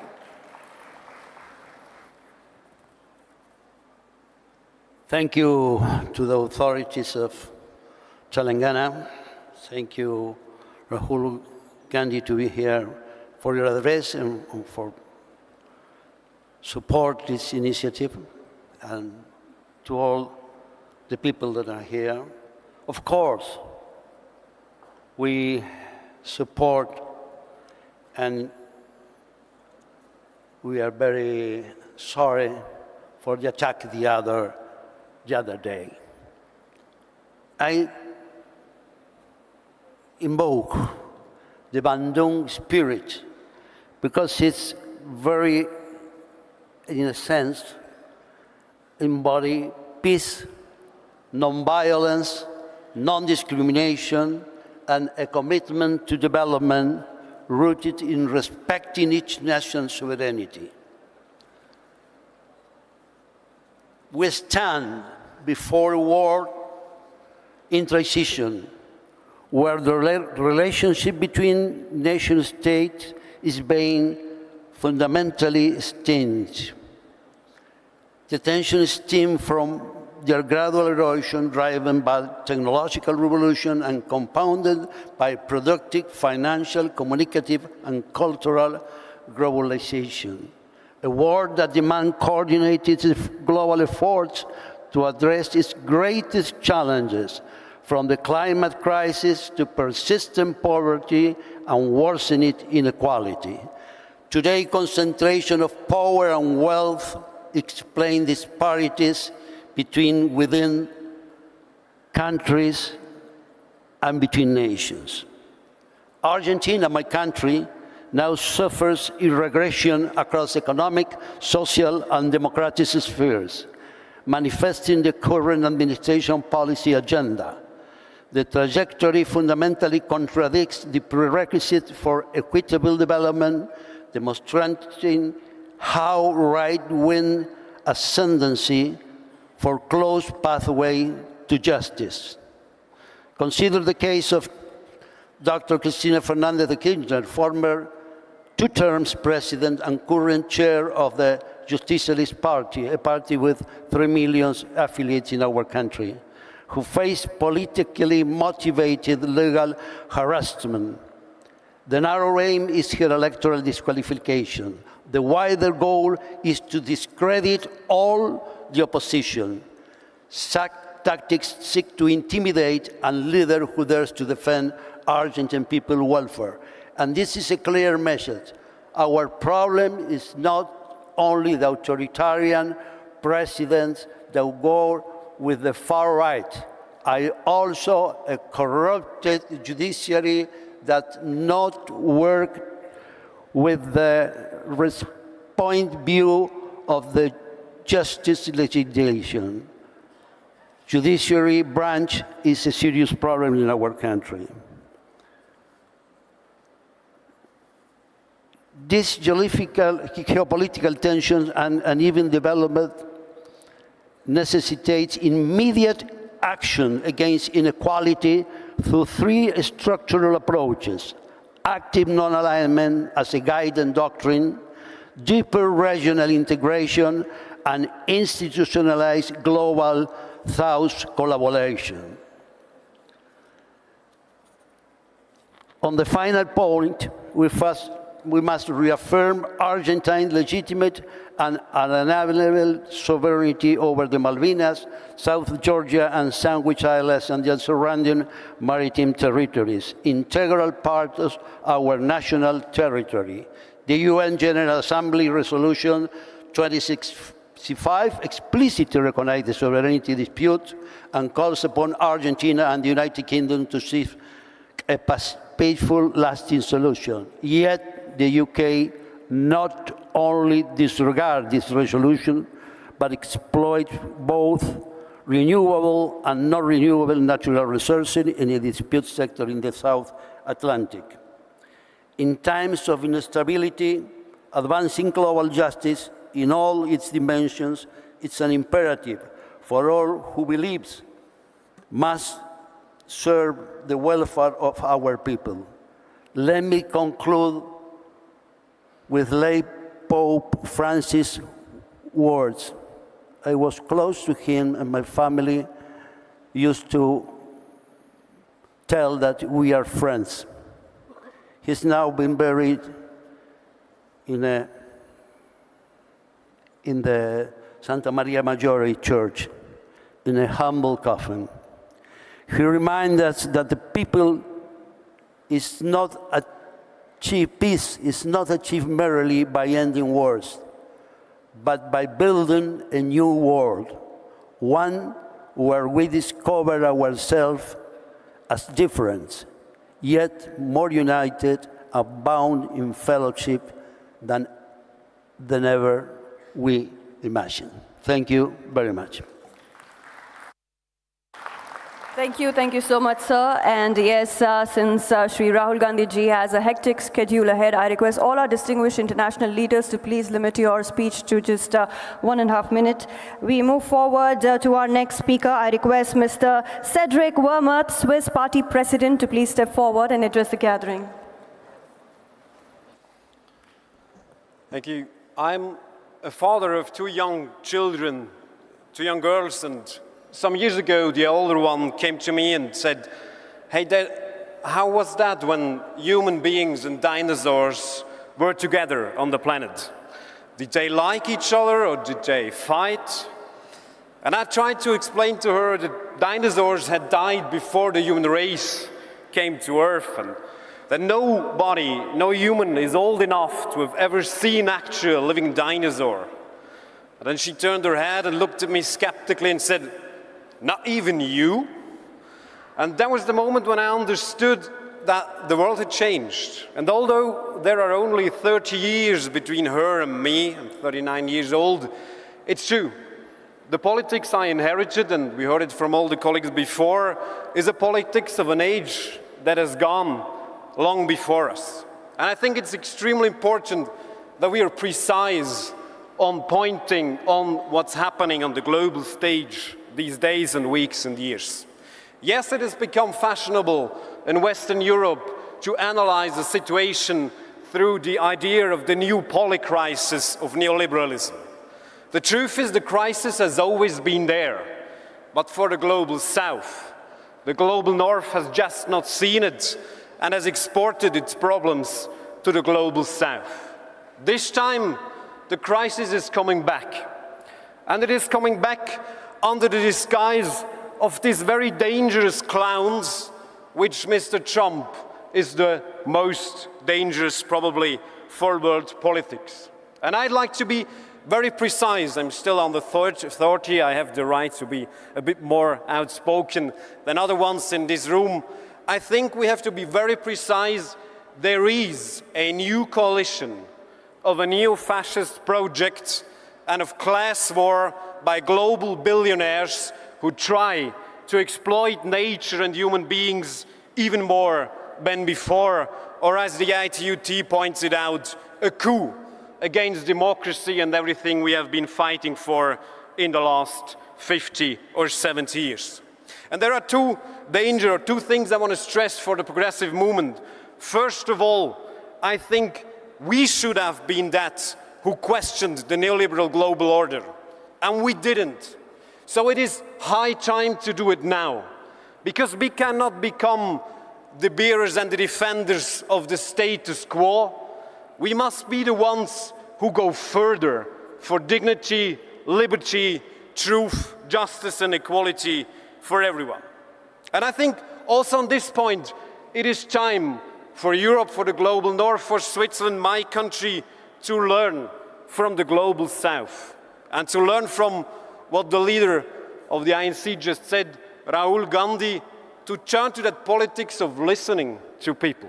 So maybe we could start with a progressive international, progressive alliance, this global, not only Indian, but global yatra would be a little bit more, like 40,000 kilometers, but 4,000 kilometers, but listening to the people of the world and taking up that struggle for more justice and trying to create a real common political ground that has dignity and love in its core.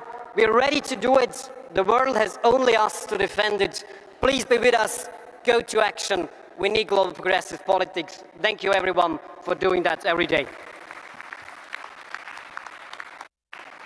Thank you so much. We move forward. I now request Mr. Martin Ziguele, former Prime Minister, Central African Republic, to please step forward and address the gathering.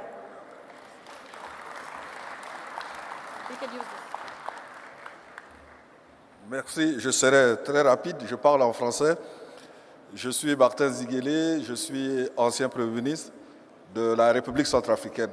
La République centrafricaine est vraiment au cœur de l'Afrique. La même distance entre le Cap en Afrique du Sud jusqu'au canal de Suez en Égypte, juste au milieu, c'est mon pays. Nous sommes entourés par la République démocratique du Congo au sud, le Cameroun à l'ouest, les deux Soudans à l'est et le Tchad au nord. Nous sommes donc au cœur de l'Afrique et aujourd'hui nous sommes ici pour dire que nous faisons partie du monde. Et l'Afrique, je ne veux pas vous refaire l'histoire, a vécu le poids de l'injustice. L'injustice sur le plan historique, l'injustice sur le plan de l'économie. Et ceux qui sont de ma génération se rappellent que grâce à l'Inde, grâce à Bandung, à la conférence de Bandung, à la conférence des non-alliés, où celui qui représentait l'Afrique, c'était Gamal Abdel Nasser, nous avons été donc vaccinés par le vaccin de la lutte pour la liberté et pour la justice. Mais il faut se souvenir que la lutte pour la liberté et la justice est une quête perpétuelle, elle n'est jamais achevée.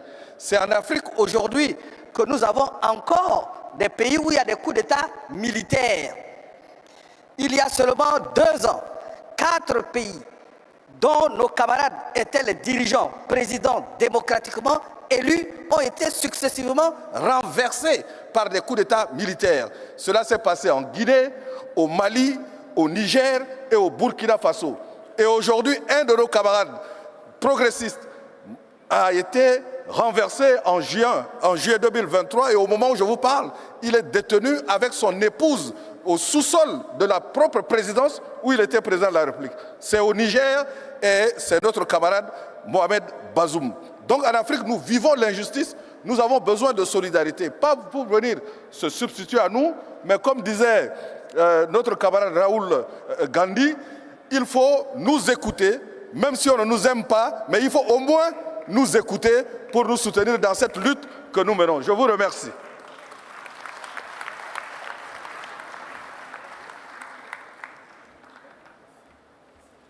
Merci. And yes, ladies and gentlemen, we now move forward to launching, the Hyderabad resolution. We have the documents in hand. Our dignitaries present here on stage have it all in their hands. So I request you to kindly please rise and hold it in your hand as the photographers, the videographers will capture this wonderful moment, ladies and gentlemen, as we formally launch Hyderabad resolution. I request all our dignitaries to please step forward with the document in hand. I request all our friends from press media to please step forward and capture this wonderful moment, the powerful formal launch of Hyderabad resolution.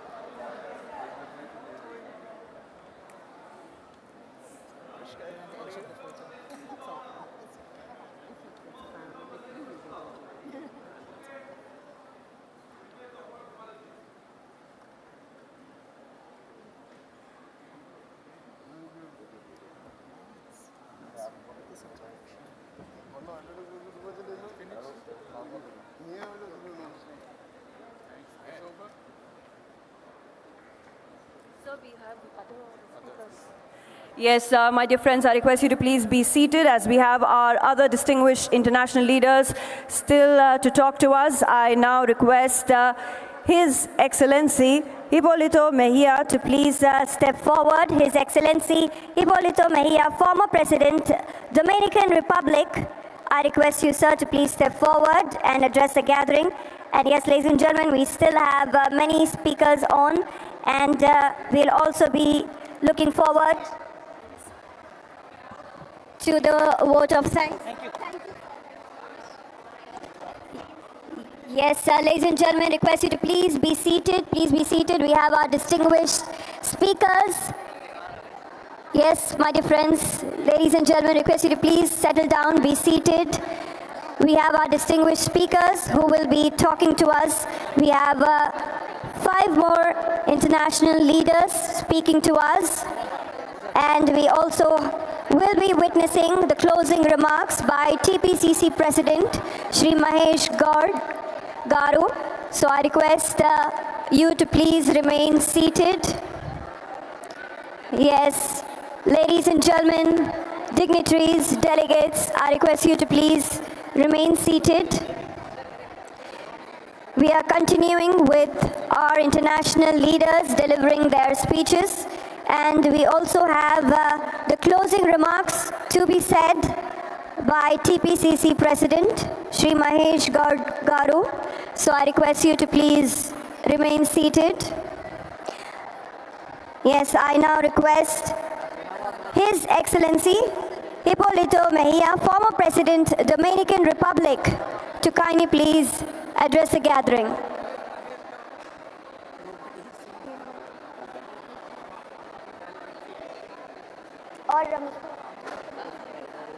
Okay.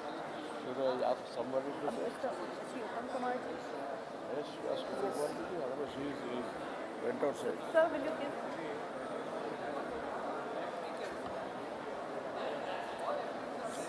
So thanks. What are just you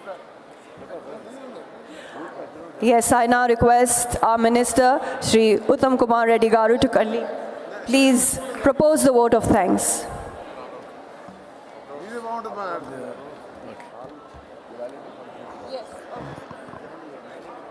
Good evening, friends. It is my privilege to make the closing remarks at this extraordinary Bharat Summit we have been fortunate to be a part of in the last 2 days.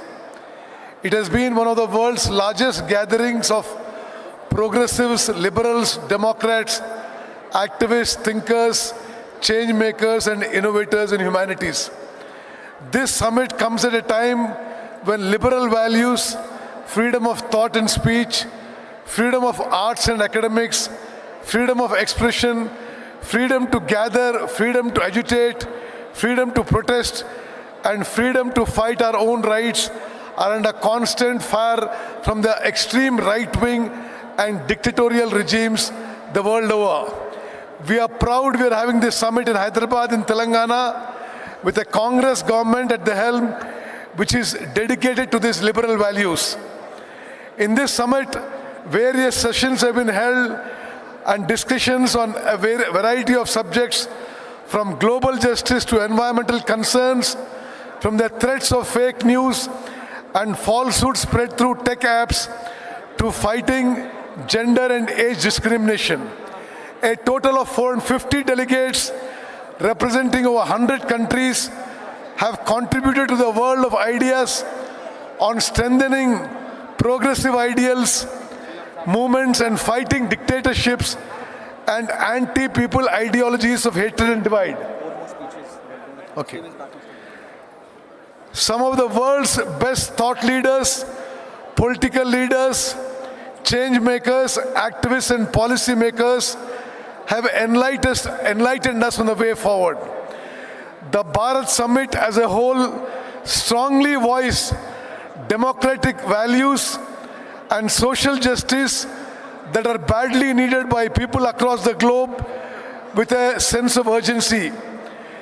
We hope and are sure that this summit will contribute to strengthening our mutual, cherished, democratic, liberal values. We are not just a gathering, but one big family connected by a larger vision for mankind, and that this summit has brought us with a sense of renewed vigor and hope. We in the Telangana government, as the Honorable Chief Minister has mentioned earlier, we believe in social justice and inclusive growth. On behalf of the Telangana government, for all the delegates who have come from outside, we thank you for attending this event. We hope you have enjoyed. We have enjoyed hosting you. And we want to just remind you once again that Hyderabad is probably one of the most attractive investment destinations globally, and we are welcome to investment in various sectors. We thank you for coming. Jai Hind. Thank you.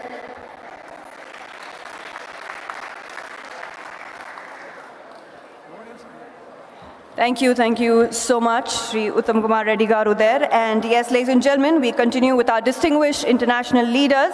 I now request His Excellency Hipólito Mejia, former President, Dominican Republic, to please step forward and address the gathering.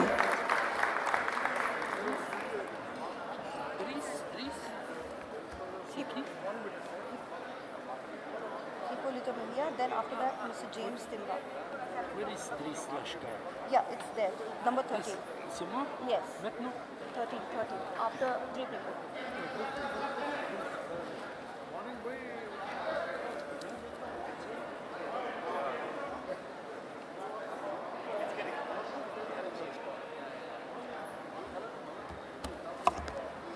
Yes, Zilla Samyaka presidents, they are presenting the exclusive curated hampers containing exclusive products handmade by self-help group women entrepreneurs under the Indra Mahila Shakti program.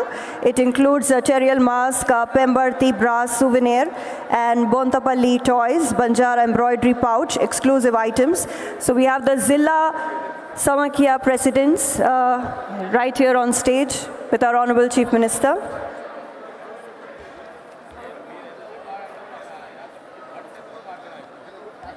Yes, ladies and gentlemen, over to His Excellency Hipólito Mejia, former President, Dominican Republic. Estimados amigos, agradecemos sinceramente su invitación. Venimos de un país pequeño y creíamos que de 11 millones de habitantes y 11 millones de turistas, y creíamos que era imposible alimentar esta población. Y hablo así porque fui presidente del país y ministro de Agricultura también. Y aquí he aprendido mucho. Yo pensaba que a los 84 años no se aprendía nada, pero sí he aprendido de que se puede respetar la libertad, vivir en paz y tranquilidad. Y eso es muy importante para los países que abrazan la democracia y el internacionalismo. El doctor Peña Gómez, que fue nuestro líder y participó por más de 40 años, que desafortunadamente desapareció, pero la experiencia que él vivió aquí, que yo lo he vivido también, nos sirve para mucho. Agradezco infinitamente esta oportunidad. Muchas gracias.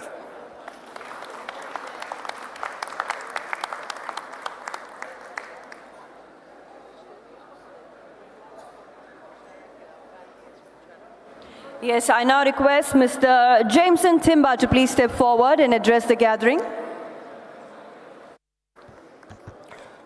The leadership of the Progressive Alliance, comrades and friends, we are happy to be here at this conference whose theme is based or anchors on one of the key values of social democracy, which is justice. I would like to take this opportunity. I met somebody probably almost 15, 17 years after the event, the former foreign minister of the Netherlands, whom most of you have seen here, to publicly thank him that 17 years ago, after an election in which our former leader had won the election and could not win power, our leader had to run away from the police in our country. In order for him to hide away from the police, we rushed to the Netherlands embassy. The Netherlands ambassador could not let us in to the embassy. He needed somebody to make the call to protect our leader and take him in within the embassy. Today, I would like to publicly thank the former foreign minister of the Netherlands, who is here representing the Netherlands Labour Party, for having shown us solidarity when we needed it most. I raise this issue in order to bring to the attention of the conference the challenges that we face in Africa. Today in Africa, democracy is under attack, and the biggest threat to democracy is what we call authoritarian or competitive authoritarian regimes, which are ticking the boxes, holding elections every 5 years to pretend that there is democracy in our various countries, when in actual fact, we are experiencing pseudo-democracy. We are going to be calling upon you as our partners within the Progressive Alliance to act collectively with us to deal with the menace and the challenges that are presented to Africa by competitive authoritarian regimes. I also want to assure you that we are going to be sitting on the table with you as equal partners to face the global challenges that we face and are brought to us by the rise of ultra-conservatism. We will sit on the table as Africans, not as the menu, as my colleague, the foreign minister, said, but we're going to be sitting on that table as an equal partner to fight with you the global challenges that we face today. I thank you.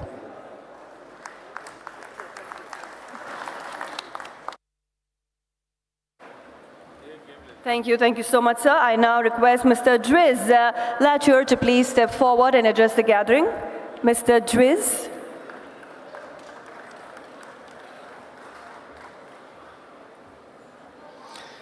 الرفيقات والرفاق الأعزاء، تواجه القوى التقدمية العالمية أحد أصعب اللحظات في القرن الحالي.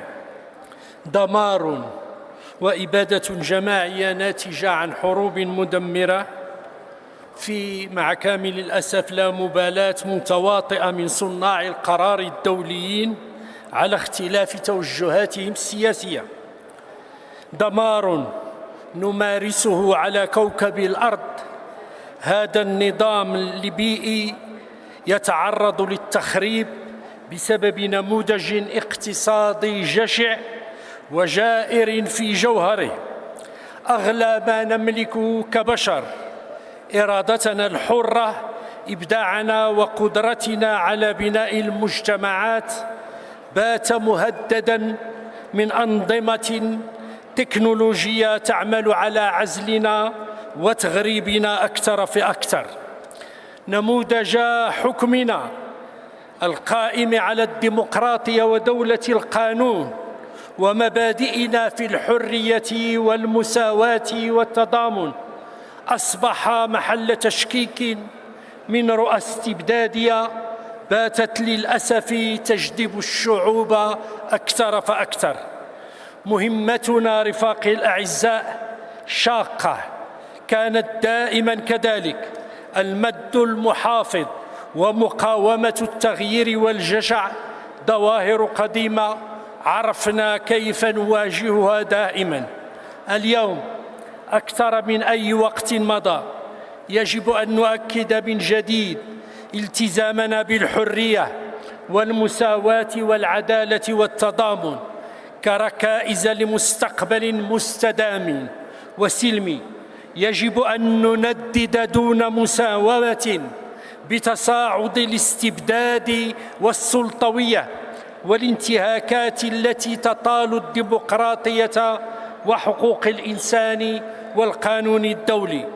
وفي مواجهة التفاوتات المتزايدة وأزمة المناخ والنزاعات المستمرة والظلم لم يعد كافياً الدعوة إلى تغيير عميق في النظام العالمي، بل يجب أن نتحرك معاً وبشكل مستمر من أجل أن يصبح النموذج الاقتصادي الذي ننشده قائماً على العدالة المجالية والعدالة الضريبية وإعادة التوزيع وتنظيم الاحتكارات.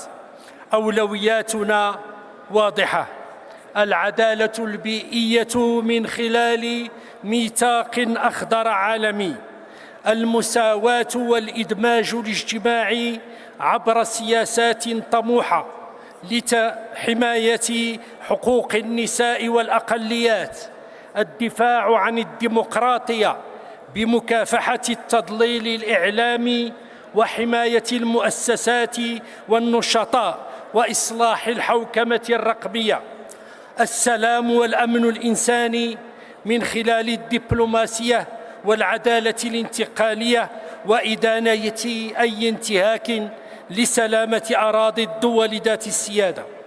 هذا يستدعي مراجعة حقيقية لنظام الحوكمة العالمية، وبالتالي إصلاحاً جذرياً للمؤسسات الدولية التي من المفترض أن تعزز التعاون بين الدول وتضمن قواعد العمل المشترك.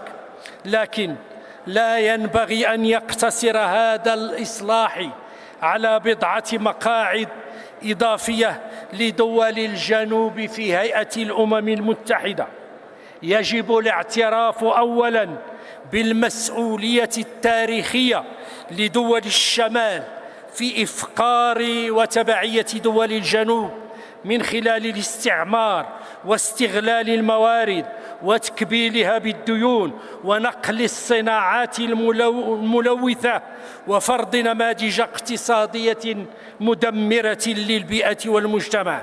هذه البيئة لم تتوقف مع نهاية الاستعمار، بل مازالت مستمرة اليوم من خلال اتفاقيات تجارية غير متكافئة، ومن خلال احتكار براءات الاختراع في التقنيات والمعارف، ومن خلال السيطرة على السرديات العالمية والثقافية السادسة.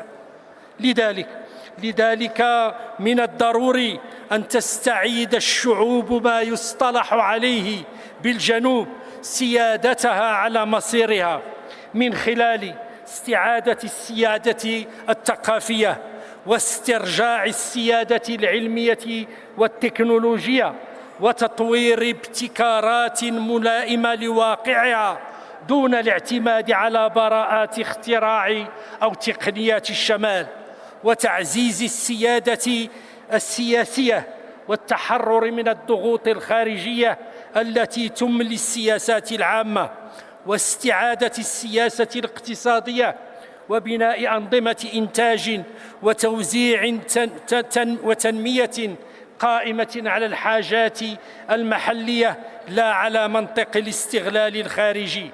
وباختصار، لا يمكن تحقيق تعددية حقيقية وديمقراطية عادلة إلا من خلال تغيير جذري لقواعد اللعبة الدولية، وهذا ما سيمكننا من بناء نظام عالمي جديد قائم على التضامن والتعاون والعدالة والكرامة الإنسانية. إنه واجبنا كأحزاب تقدمية أن نتحد لبناء هذا المستقبل الذي تسود فيه الحقيقة والعدالة وحقوق الإنسان. شكراً على استماعكم جميعاً. Shukran. And now, ladies and gentlemen, I request Ms. Risa Hontiveros to please step forward and address the gathering.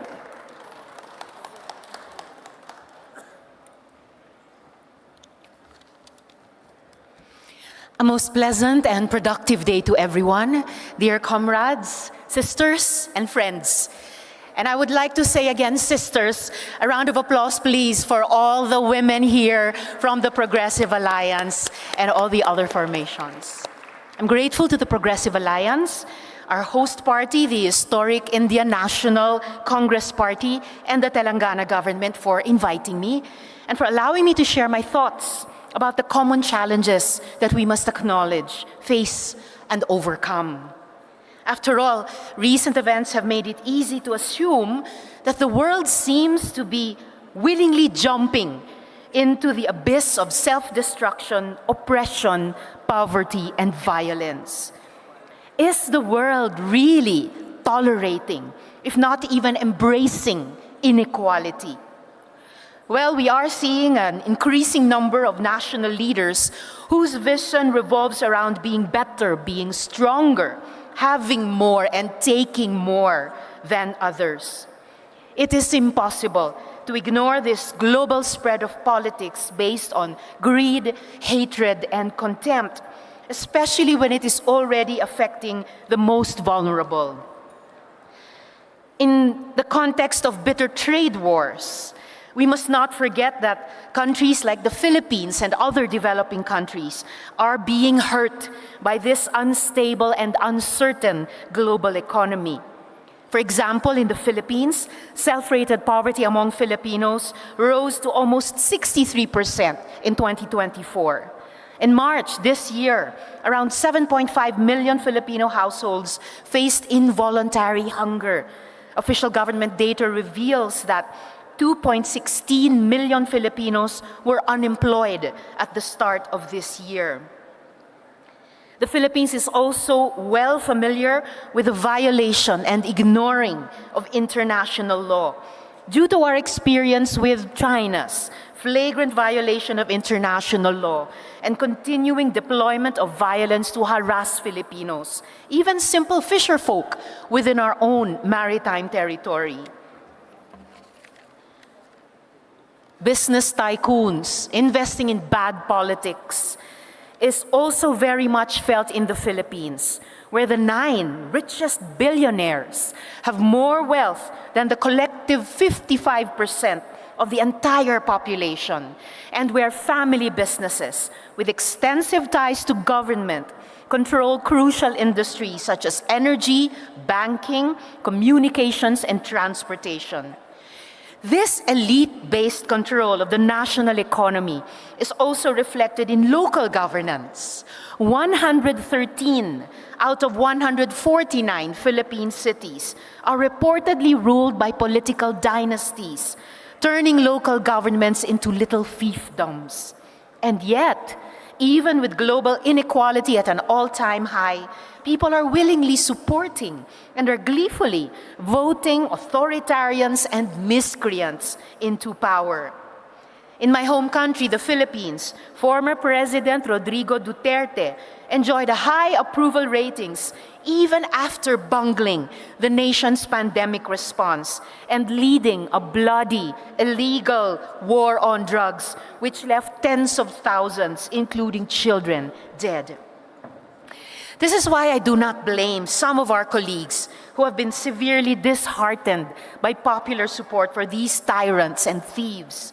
I've heard people say, well, we get the type of politics we deserve.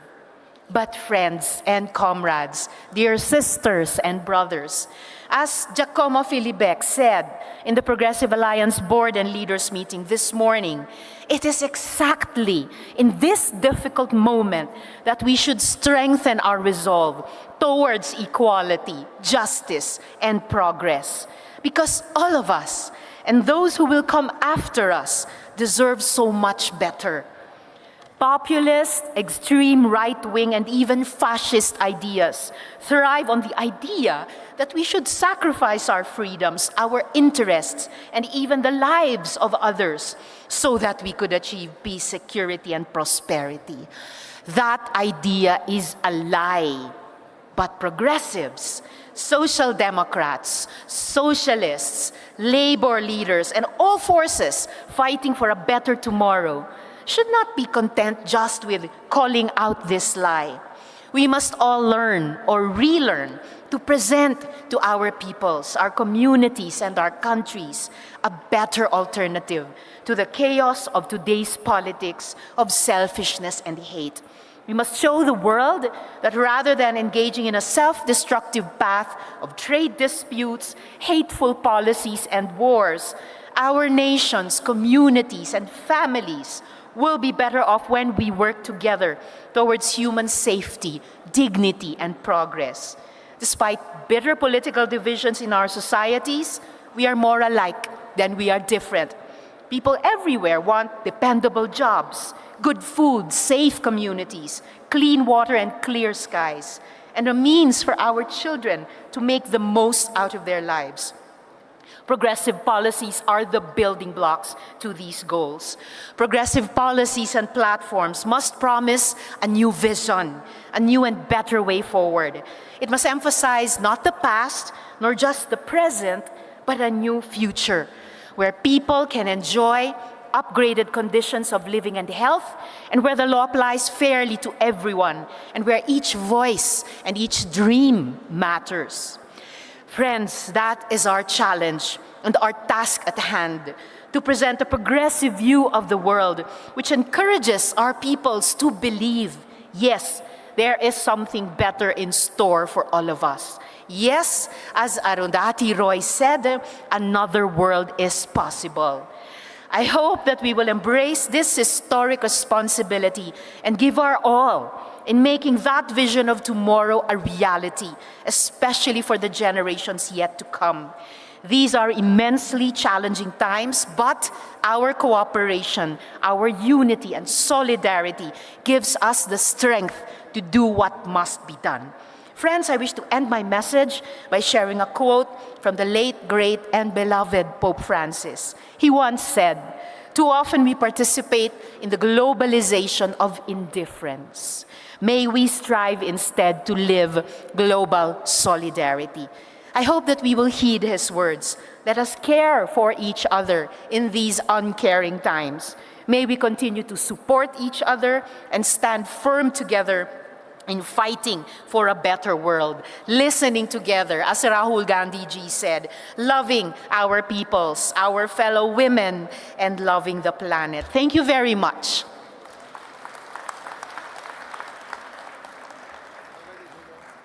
Thank you so much, ma'am. And now I request Professor Manoj Jha, RJD, Rajya Sabha MP, to please step forward and address the gathering.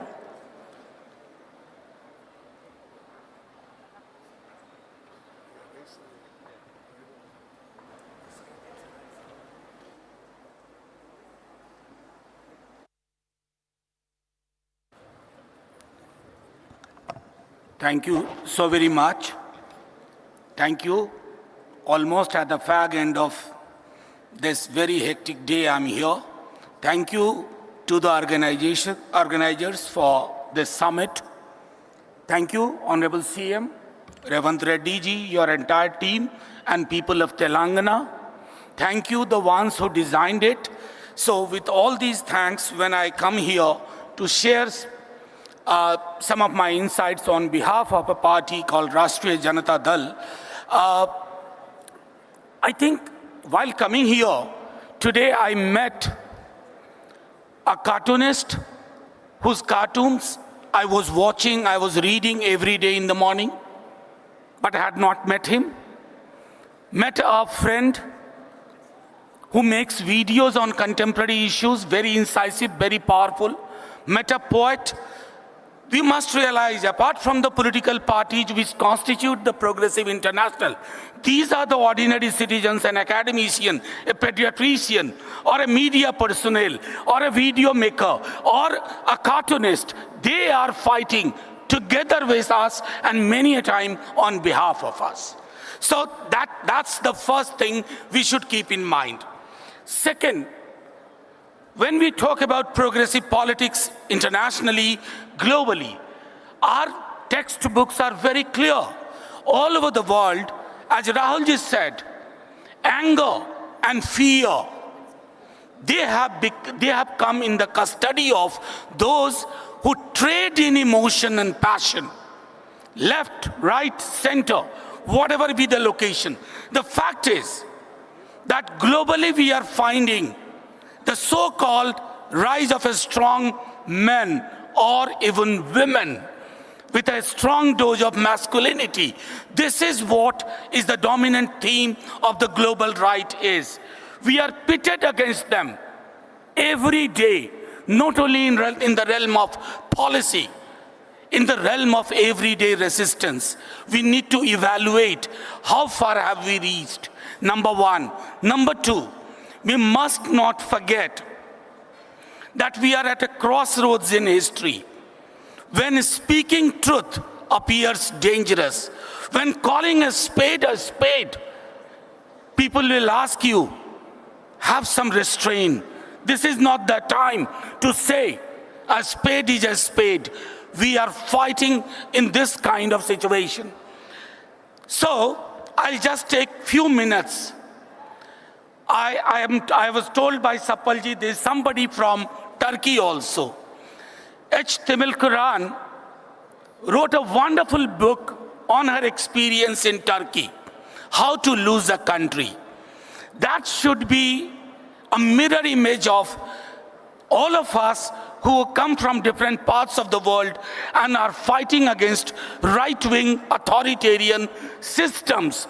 Believe me, we are not fighting alone right-wing authoritarian leaders, but we are fighting right-wing authoritarian systems which have made the institutions collapse or they have captured it.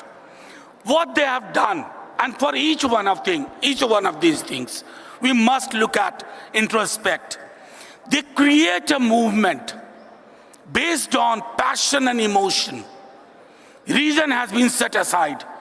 What have we done to restore reason in our public life? Number one.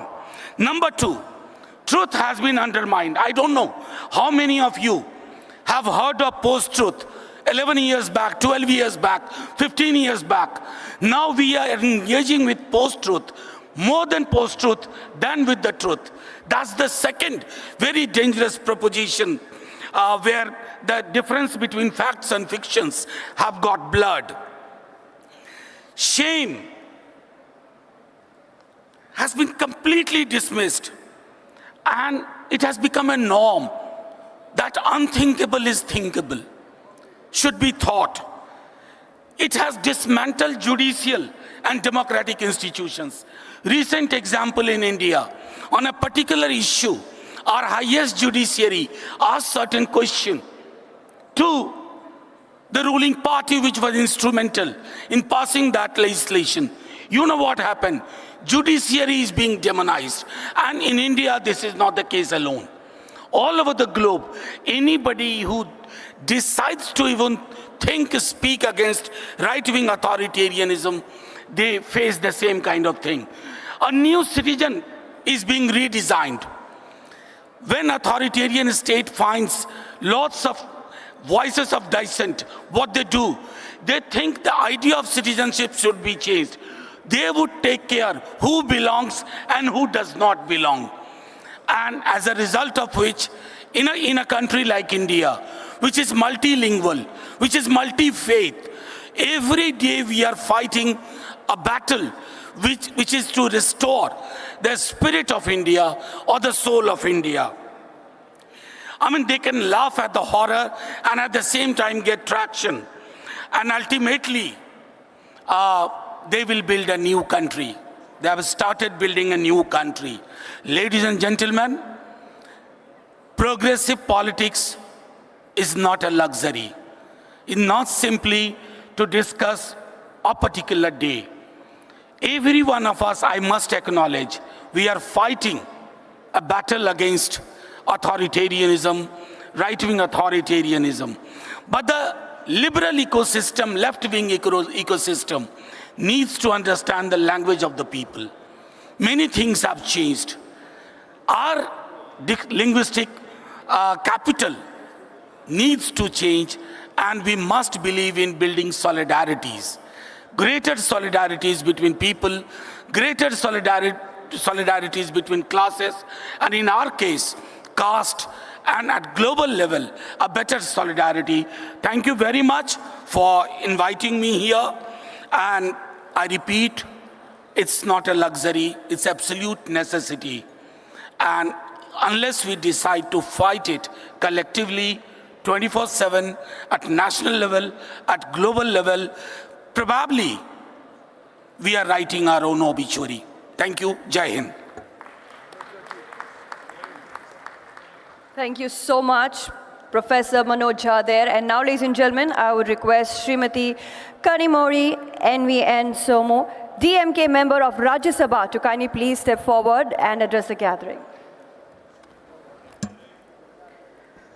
Respected dignitaries on stage and my friends, thank you for giving me this opportunity. Imperialism is a system of exploitation that occurs not only in the brutal form of those who come with guns to conquer the territory. Imperialism often occurs in more subtle forms: alone, food aid, or blackmail. We are fighting the system that allows a handful of men on earth to rule all the humanity. This was said by Thomas Sankara.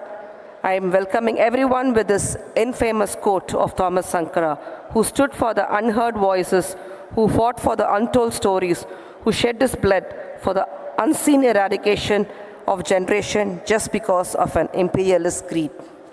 It is profound honor to address this conclave, held under the powerful and timely theme of Asian-African affairs, where we reflect on the emerging trajectories of development, innovation, and equity that define our regions today. In a world that often looks at the global south through the lens of dependency or recovery, today we choose a different lens: resilience, reimagination, and resurgence. As we gather together to explore socioeconomic trends, technological campaigning, and the tools of social engineering, allow me to bring to your attention the two transformative models from the Telangana and the Tamil Nadu states, which deserve global recognition and emulation. Let me begin with Telangana, India's youngest state, formed just over a decade ago. In a short span, it has carved out a reputation for bold governance, policy precision, and a deep-rooted commitment to inclusive growth. Let us begin, as we should, by looking back. Africa, this mighty continent, once home to the great civilizations of Mali, Kush, Courage, Oxum, and Great Zimbabwe, was centuries ahead in science, trade, and statecraft. It led to meteorology, mathematics, astronomy, and philosophy long before Europe industrialized. But colonial invasions and transatlantic slave trade and resource exploitation not only dismantled its structures, they wounded its soul. Yet today, across Africa, the digital streets of Kigali to the startup labs of Lagos, we are witnessing a renaissance. Africa is not rising, it has risen, reclaiming its narrative through economic resilience, Pan-Africa cooperation, and youth-led innovation. Then let me turn to South India, particularly Tamil Nadu and Telangana, regions with similarly deep scars and yet deeper strength. In antiquity, Tamil Nadu was part of the thriving Indo-Roman trade network, exporting textiles, pearls, spices, and ideas. The ancient port of Pumbuhar bustled with global commerce. The Chola dynasty and its peak sent naval expeditions as far as the Southeast Asia, not to conquer, but to collaborate and trade. Telangana, too, was a seat of intellectual and architectural powers under the Kakatiyas, known for irrigation, engineering, and temple art that still stands today. But South India, too, faced a share of turmoil: Islamic invasions, colonial fragmentation, and economic draining under the British Raj. And yet the South healed it, resisted, and it rebuilt. Telangana, India's younger state, has proven that age is not a barrier to the leadership. Through the visionary programs like Raitu Bandhu, empowering farmers with income support, or TTAP, fueling a startup ecosystem, Telangana has shifted the development conversation from charity to capability. Let me say this is not just an Indian story. This is the story of the shared South-South struggle, more importantly, a shared South-South triumph. World leaders must now stop looking at Africa and South India as peripheries. We are not margins. We are blueprints for the future. In the global race, increasingly defined by the skilled workforces, technological self-sufficiency, and human capital productivity, Tamil Nadu and Telangana are no longer catching up. They are leading from the front. Countries like Rwanda have replaced ethnic rhetoric with national unity. Ubuntu, I am because you are, is not a proverb, it is a social compass. The African Renaissance is not about reclaiming land alone, it's about reclaiming shared humanity. Telangana's digital governance and data-backed policy are being studied across India's states and beyond. Tamil Nadu emphasis on inclusive education, public health, and gender empowerment is a masterclass in how to align trade and modernity. From the state once marked by agrarian distress, Telangana has emerged as a global hub for information technology, life sciences, precision, and manufacturing. Hyderabad, its capital now, ranks alongside Bangalore and Pune in India's top tech 5 corridors. The TS iPass, an innovative industrial approval system, has reduced bureaucratic red tape and capitalized Telangana to top the ease of doing business rankings in India. Mission Bhagiratha, aimed at providing safe drinking water to every household, is a beacon for social engineering focus not just on economic returns but human dignity.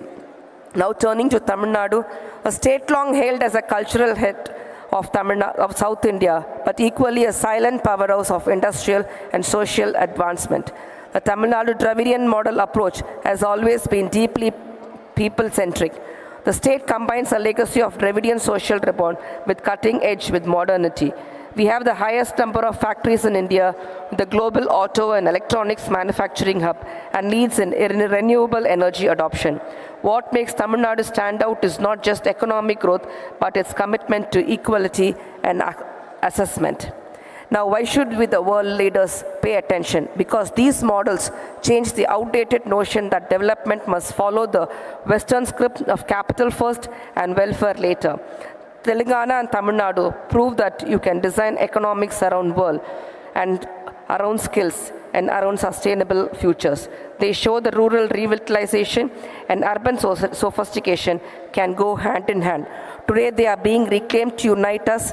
This is a new paradigm where policy meets pride and representation meets reform.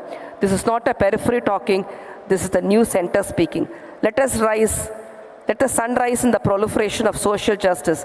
Let the world transform its ideology of equality in every reform. Let the South lead the world in development, transformation, rebuilding the society with harmony. Thank you.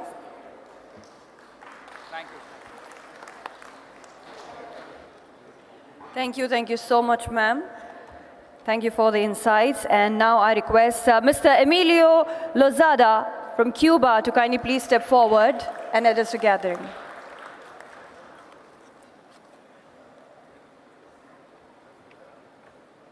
Distinguidos líderes y miembros del Congreso Nacional Indio, estimados invitados, en nombre del Partido Comunista de Cuba, agradezco al Congreso Nacional Indio la invitación a esta primera cumbre de Bharat. Expresamos nuestras más sinceras condolencias a los familiares y allegados de las víctimas del reciente incidente en la región de Cachemira. Cuba refrenda en su Constitución el repudio y la condena al terrorismo. Nuestro país sostiene una posición de larga data de rechazo y condena a todos los actos, métodos y prácticas terroristas en todas sus formas y manifestaciones, por quien quiera, contra quien quiera y donde quiera que se cometan, sean cuales fueren sus motivaciones. El actual escenario internacional no puede ser más complejo. El imperialismo estadounidense promueve la guerra y el genocidio, impone medidas coercitivas unilaterales y convierte el chantaje, el acoso y la manipulación de prácticas habituales contra nuestras naciones en violación del derecho internacional y de los propósitos y principios de la Carta de las Naciones Unidas. El primer secretario del Comité Central del Partido Comunista de Cuba y presidente de la República, Miguel Díaz-Canel, al finalizar su intervención en el debate general del 78 periodo de sesiones de la Asamblea General de las Naciones Unidas, el 19 de septiembre del 2023, expresó: siempre será un honor pelear por la justicia, compartiendo las dificultades y los desafíos con los pueblos del sur, dispuestos a cambiar la historia. Con esa firme convicción debemos continuar promoviendo la unidad y la solidaridad como vías para avanzar hacia un orden internacional verdaderamente justo y equitativo en el que se garantice el desarrollo sostenible y el bienestar para los pueblos del sur.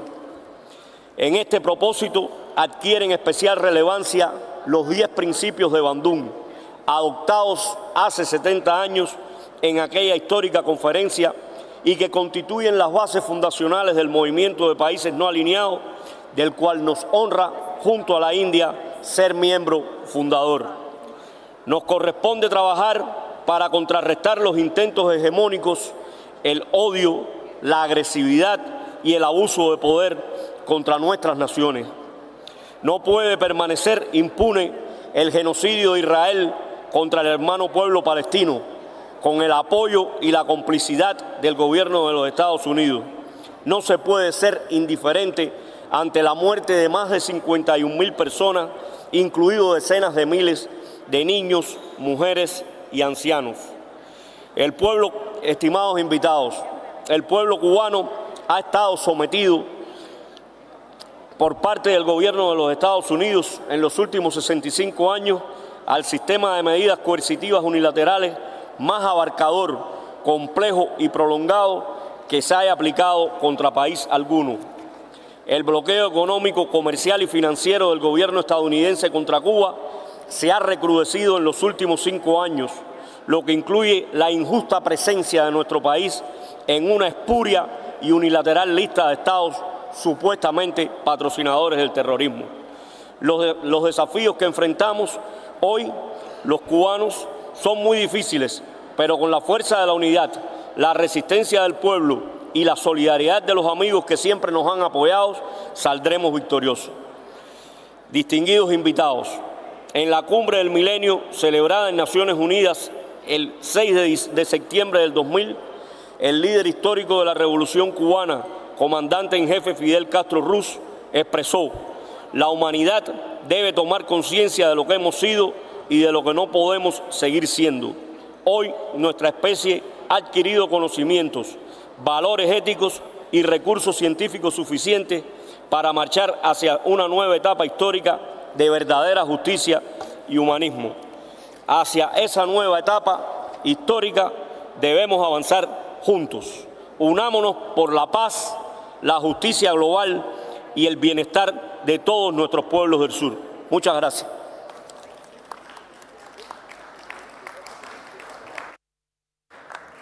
Thank you so much, Mr. Emilio there, and I would now request Lucien Cavalcante to please step forward on stage, Andres Camacho, Colombia, to please step forward. In the meantime, I request Giorgio Jackson from Chile to please step forward. Yes, I also request Elizabeth Alcorta, Argentina, to please take seat on stage. Mr. G. Marius, Senegal, to please take seat on stage. And I request Giorgio Jackson, Chile, to please address the gathering. Yes. Thank you.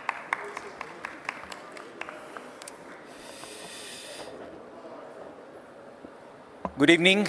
Thank you to the Telangana's government for the invitation for this great summit. To all the people that make it possible, men and women, workers that are behind the scenes working for this event.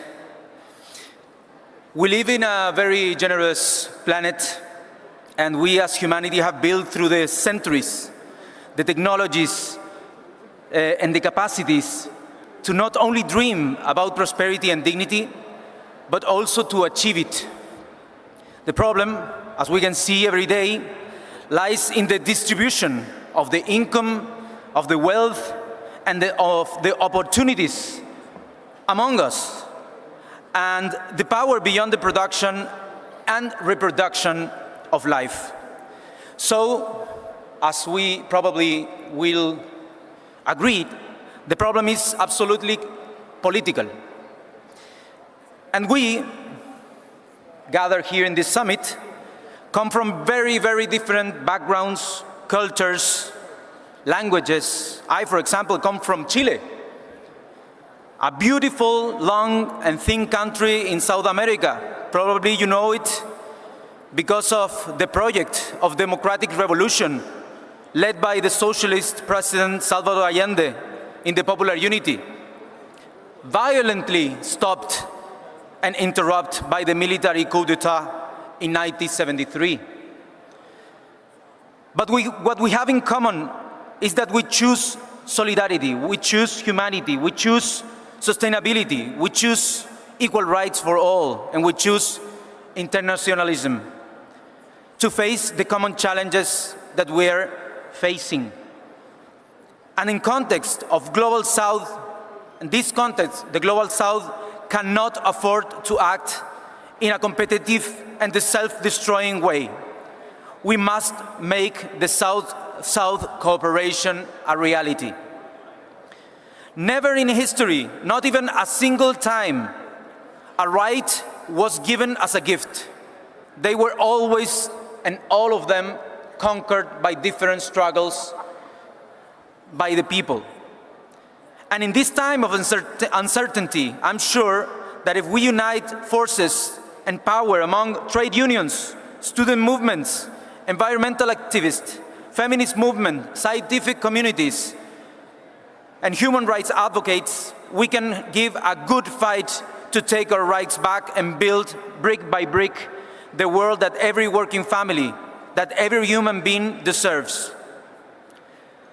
Where the right wings internationally and every country promotes individualism, we respond, or we should respond, empathy. Where they promote greed, we should respond with solidarity. Where they promote sexism, we should respond with equality. Where they promote discrimination, we should respond recognition and respect. Where they promote destruction, we should respond with sustainability. Where they promote privilege, we should respond with rights. Where they promote fake news and misinformation, we should respond with facts to build trust. Where they promote colonialism, we should respond with sovereignty and internationalism cooperation. Where they promote anger, we should respond with hope. Where they promote repression, we should respond with human rights. And where they promote the law of the jungle, we should respond with the rule of law. Where they promote plutocracy and oligarchy, we should respond with democracy. As a member of the Progressive International, it is an honor for me to be a part of this greater effort for achieving that dreams. So thank you so much for this initiative and for the warm welcome that you have given us here in Telangana. Thank you. Thank you so much. Requesting all our international leaders to please limit your speech to just 1 minute. We now move forward to Ms. Luciane Cavalcante, Brazil.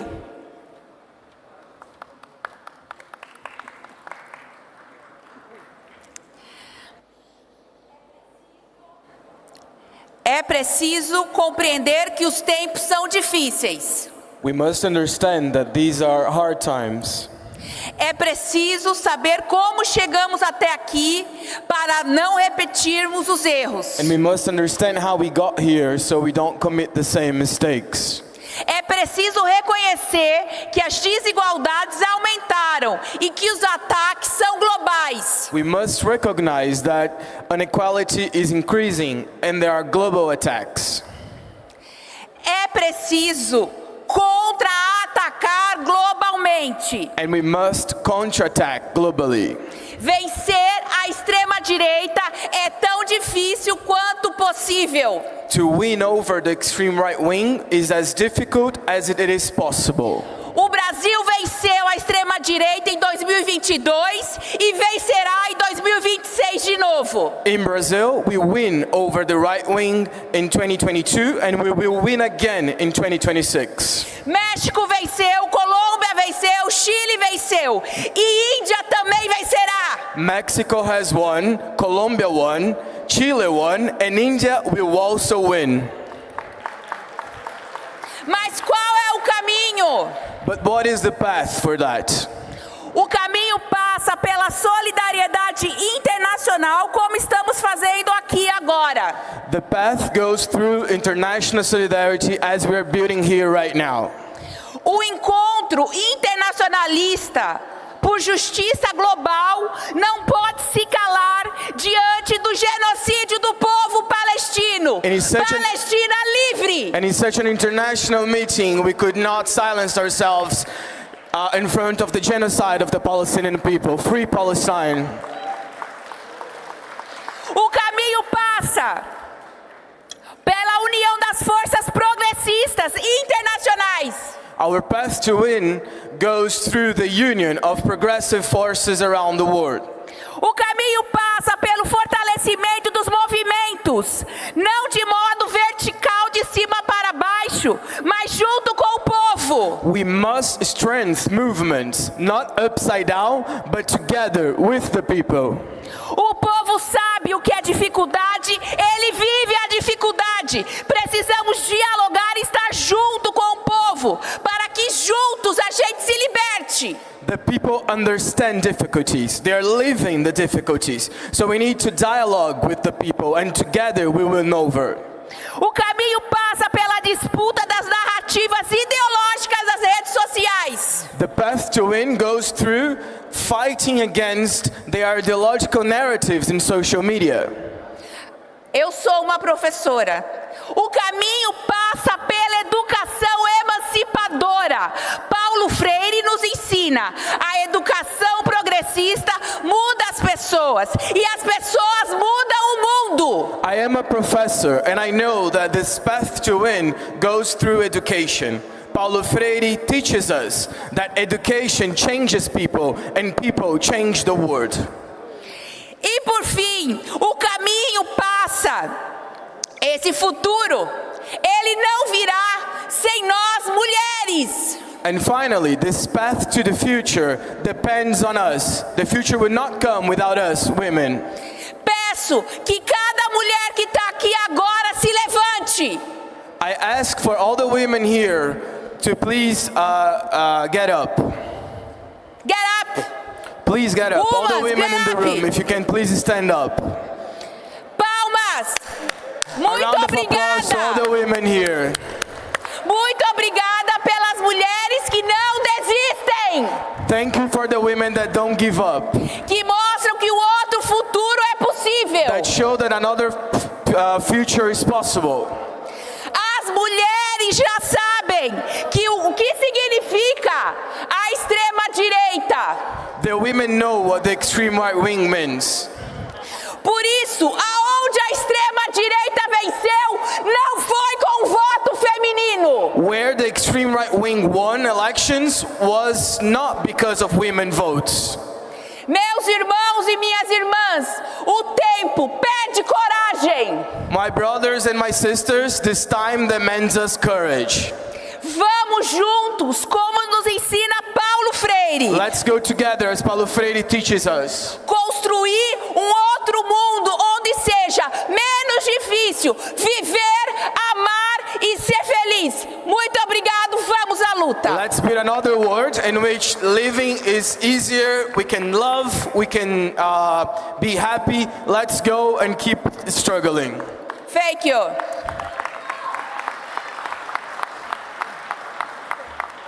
Wow, that was indeed powerful and magnetic. We move forward to our next speaker. I request Mr. Andres Camacho, Colombia, to please step forward and address the gathering. Buenas tardes.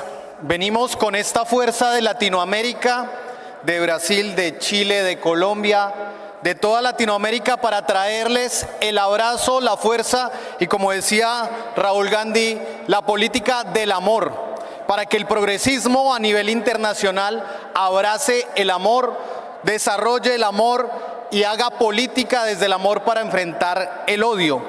Pero también la política del amor es la vida. Y para defender la vida hay que defender el planeta. Y la defensa del planeta hoy en nuestras fuerzas progresistas implica luchar contra el cambio climático, implica también desarrollar todos nuestros objetivos para una transición energética justa que está ocurriendo en el mundo, pero que puede ser con los pueblos o contra los pueblos, con las naciones o contra las naciones, con los territorios o contra los territorios. La política del amor es la política de la vida para enfrentar lo que hoy el mundo está debatiendo, que es una política fósil o la política de la descarbonización de nuestras economías. Este es el momento también de desarrollar un progresismo capaz de vencer, como lo decía nuestra compañera de Brasil, en Colombia hemos vencido, en Brasil hemos vencido, en Latinoamérica estamos venciendo, pero hay que seguir luchando en todas partes del mundo. Venimos a traerles esa fuerza, esa lucha, ese amor. Es el momento de luchar juntas, de luchar juntos y de reconstruir el nuevo internacionalismo, un internacionalismo a base del amor, la descarbonización de las economías, pero sobre todo la lucha.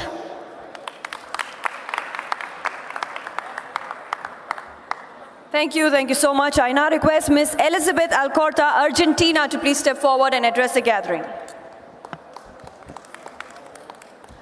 Buenas tardes a todos y a todas. Sabemos que están cansados y cansadas. Desde Latinoamérica acá estamos, en este caso desde el sur del sur, desde la Argentina. Felicitar y agradecer a quienes construyeron este encuentro y sobre todo a los trabajadores y trabajadoras que hicieron posible cada uno de los detalles. Decirles que Argentina está en una encrucijada histórica. Nos gobierna una derecha neoliberal, conservadora, colonialista, entreguista de nuestros bienes naturales, que además de tener un plan económico que lo que busca centralmente es disciplinar a nuestro pueblo, pero también ese plan implica una reforma social, cultural y política. Al igual que las extremas derechas de todo el mundo, siembran el odio, la intolerancia, propagan discursos xenófobos, machistas, homofóbicos, y tiene en Argentina un especial rechazo a dos movimientos: el movimiento de derechos humanos, que es un pilar ético en nuestra historia, y el movimiento transfeminista, que ha dado las grandes peleas en la última época. Decir que además vienen también por nuestros derechos y libertades más esenciales: la libertad de expresión, el derecho a la protesta. Hay represión, hay un poder judicial que, como dijo Jorge Tayana, es un principal ariete en la persecución de los liderazgos políticos y fundamentalmente contra Cristina Fernández de Kirchner. Y esto nos lleva a un punto en donde estamos casi al margen de un régimen de excepción. Sin embargo, Argentina está de pie y luchando. Tiene un pueblo vital y las fuerzas emancipadoras están a la orden del día. Necesitamos del internacionalismo como todas las fuerzas progresistas y de izquierdas del mundo que tanto nos ha brindado a la lucha de los pueblos y de nuestra historia. Necesitamos alianzas estratégicas en nuestra región, aprovechando el contexto histórico con un Chile, con un Brasil, con un Paraguay, con un Colombia, que tienen representaciones progresistas en sus gobiernos. Y también necesitamos de los gobiernos y de los países emergentes con relaciones internacionales horizontales, sin subordinación, y que también nos presenten una alternativa para lo que estamos necesitando.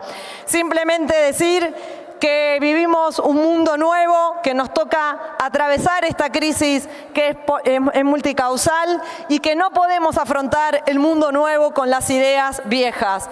Necesitamos fundamentalmente construir nuevas ideas y nuevos sueños. Y tenemos claros que esos sueños vienen de las manos de las mujeres, como decía nuestra compañera de Brasil, que esas nuevas ideas y ese nuevo mundo viene y requiere de osadía. Osadía que viene de abajo hacia arriba y de los márgenes hacia el centro. Muchísimas gracias.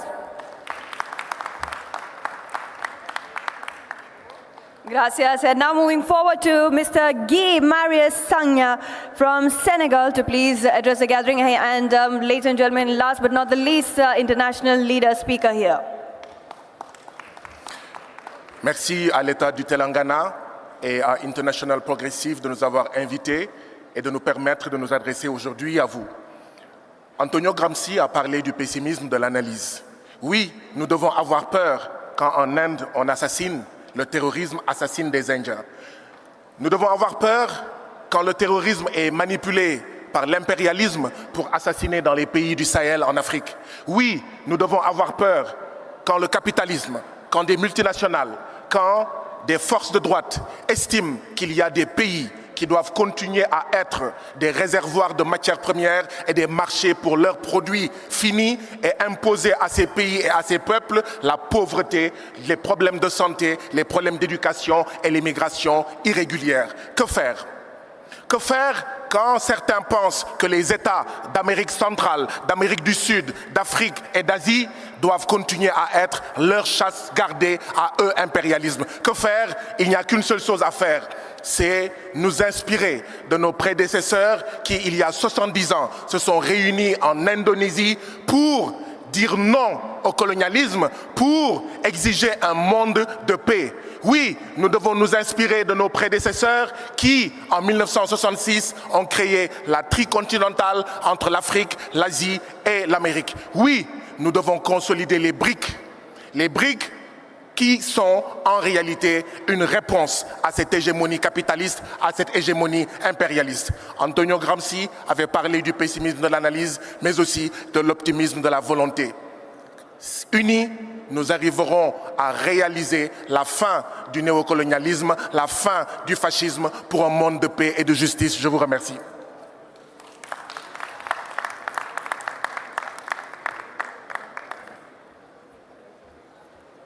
Thank you so much. And yes, ladies and gentlemen, and now to throw light on the essence of the first Bharat Summit 2025 here in Hyderabad and to share key insights, I request our Honorable Minister of IT, Telangana Government, Shri D. Sridhar Babu Garu, to please step forward and address the gathering.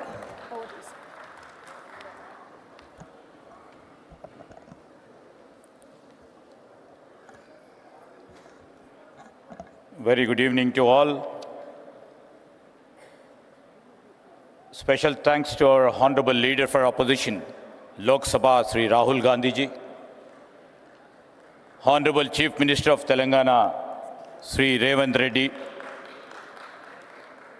Honorable former External Affairs Minister, Sri Salman Khurshid Saab.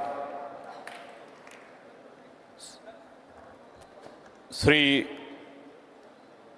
Sapal Saab, Honorable Deputy Chief Minister, esteemed delegates of the Bharat Summit who have come from different parts of the globe, Honorable Members of Parliament, Honorable Members of Legislative Assembly, Honorable Members of Legislative Council, press, and friends from the media. I take this opportunity to thank all of you who have participated in this very important session tasked delivering global justice, Nyay, and the launch of Hyderabad Declaration in this content.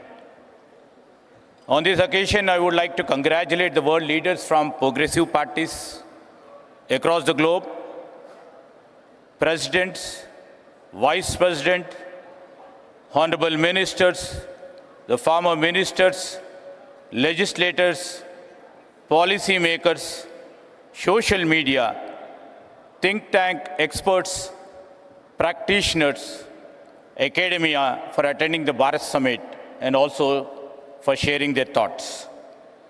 During the last 2 days, the summit encouraged wide interdisciplinary engagement on 6 broad themes, mainly economic justice, political and social justice, climate justice, peace and justice, social media and technology, and multilateralism.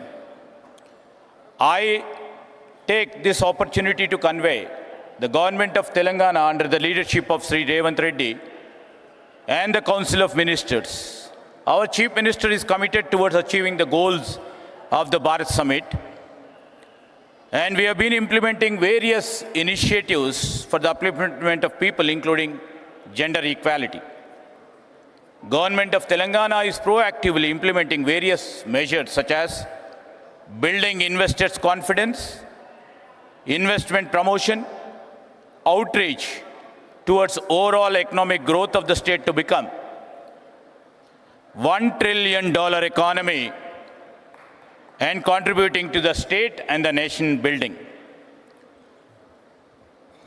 with the deepening of ties with progressive stakeholders across the world, we strive towards quest for prosperity, peace, and fullness of life of all the people.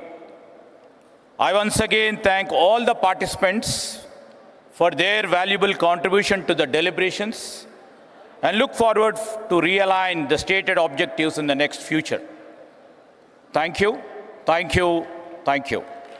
Now I request all the esteemed delegates who are present here to come on to the dais to have an opportunity to take a photograph who have been attending this summit. Thank you.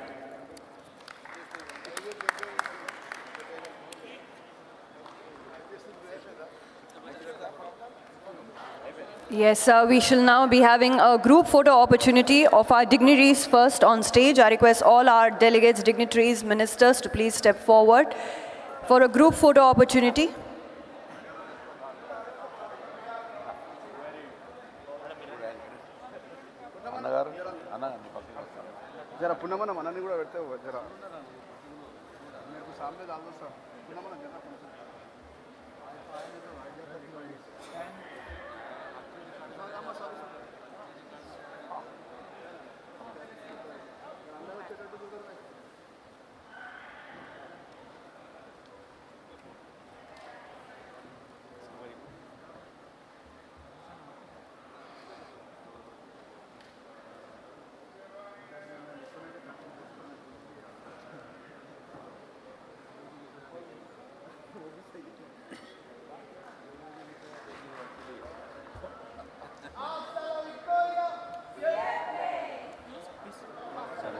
Sir, please. Please. Please. Madam, please. Jyoti?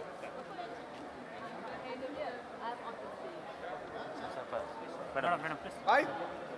Hello, sir. How are you?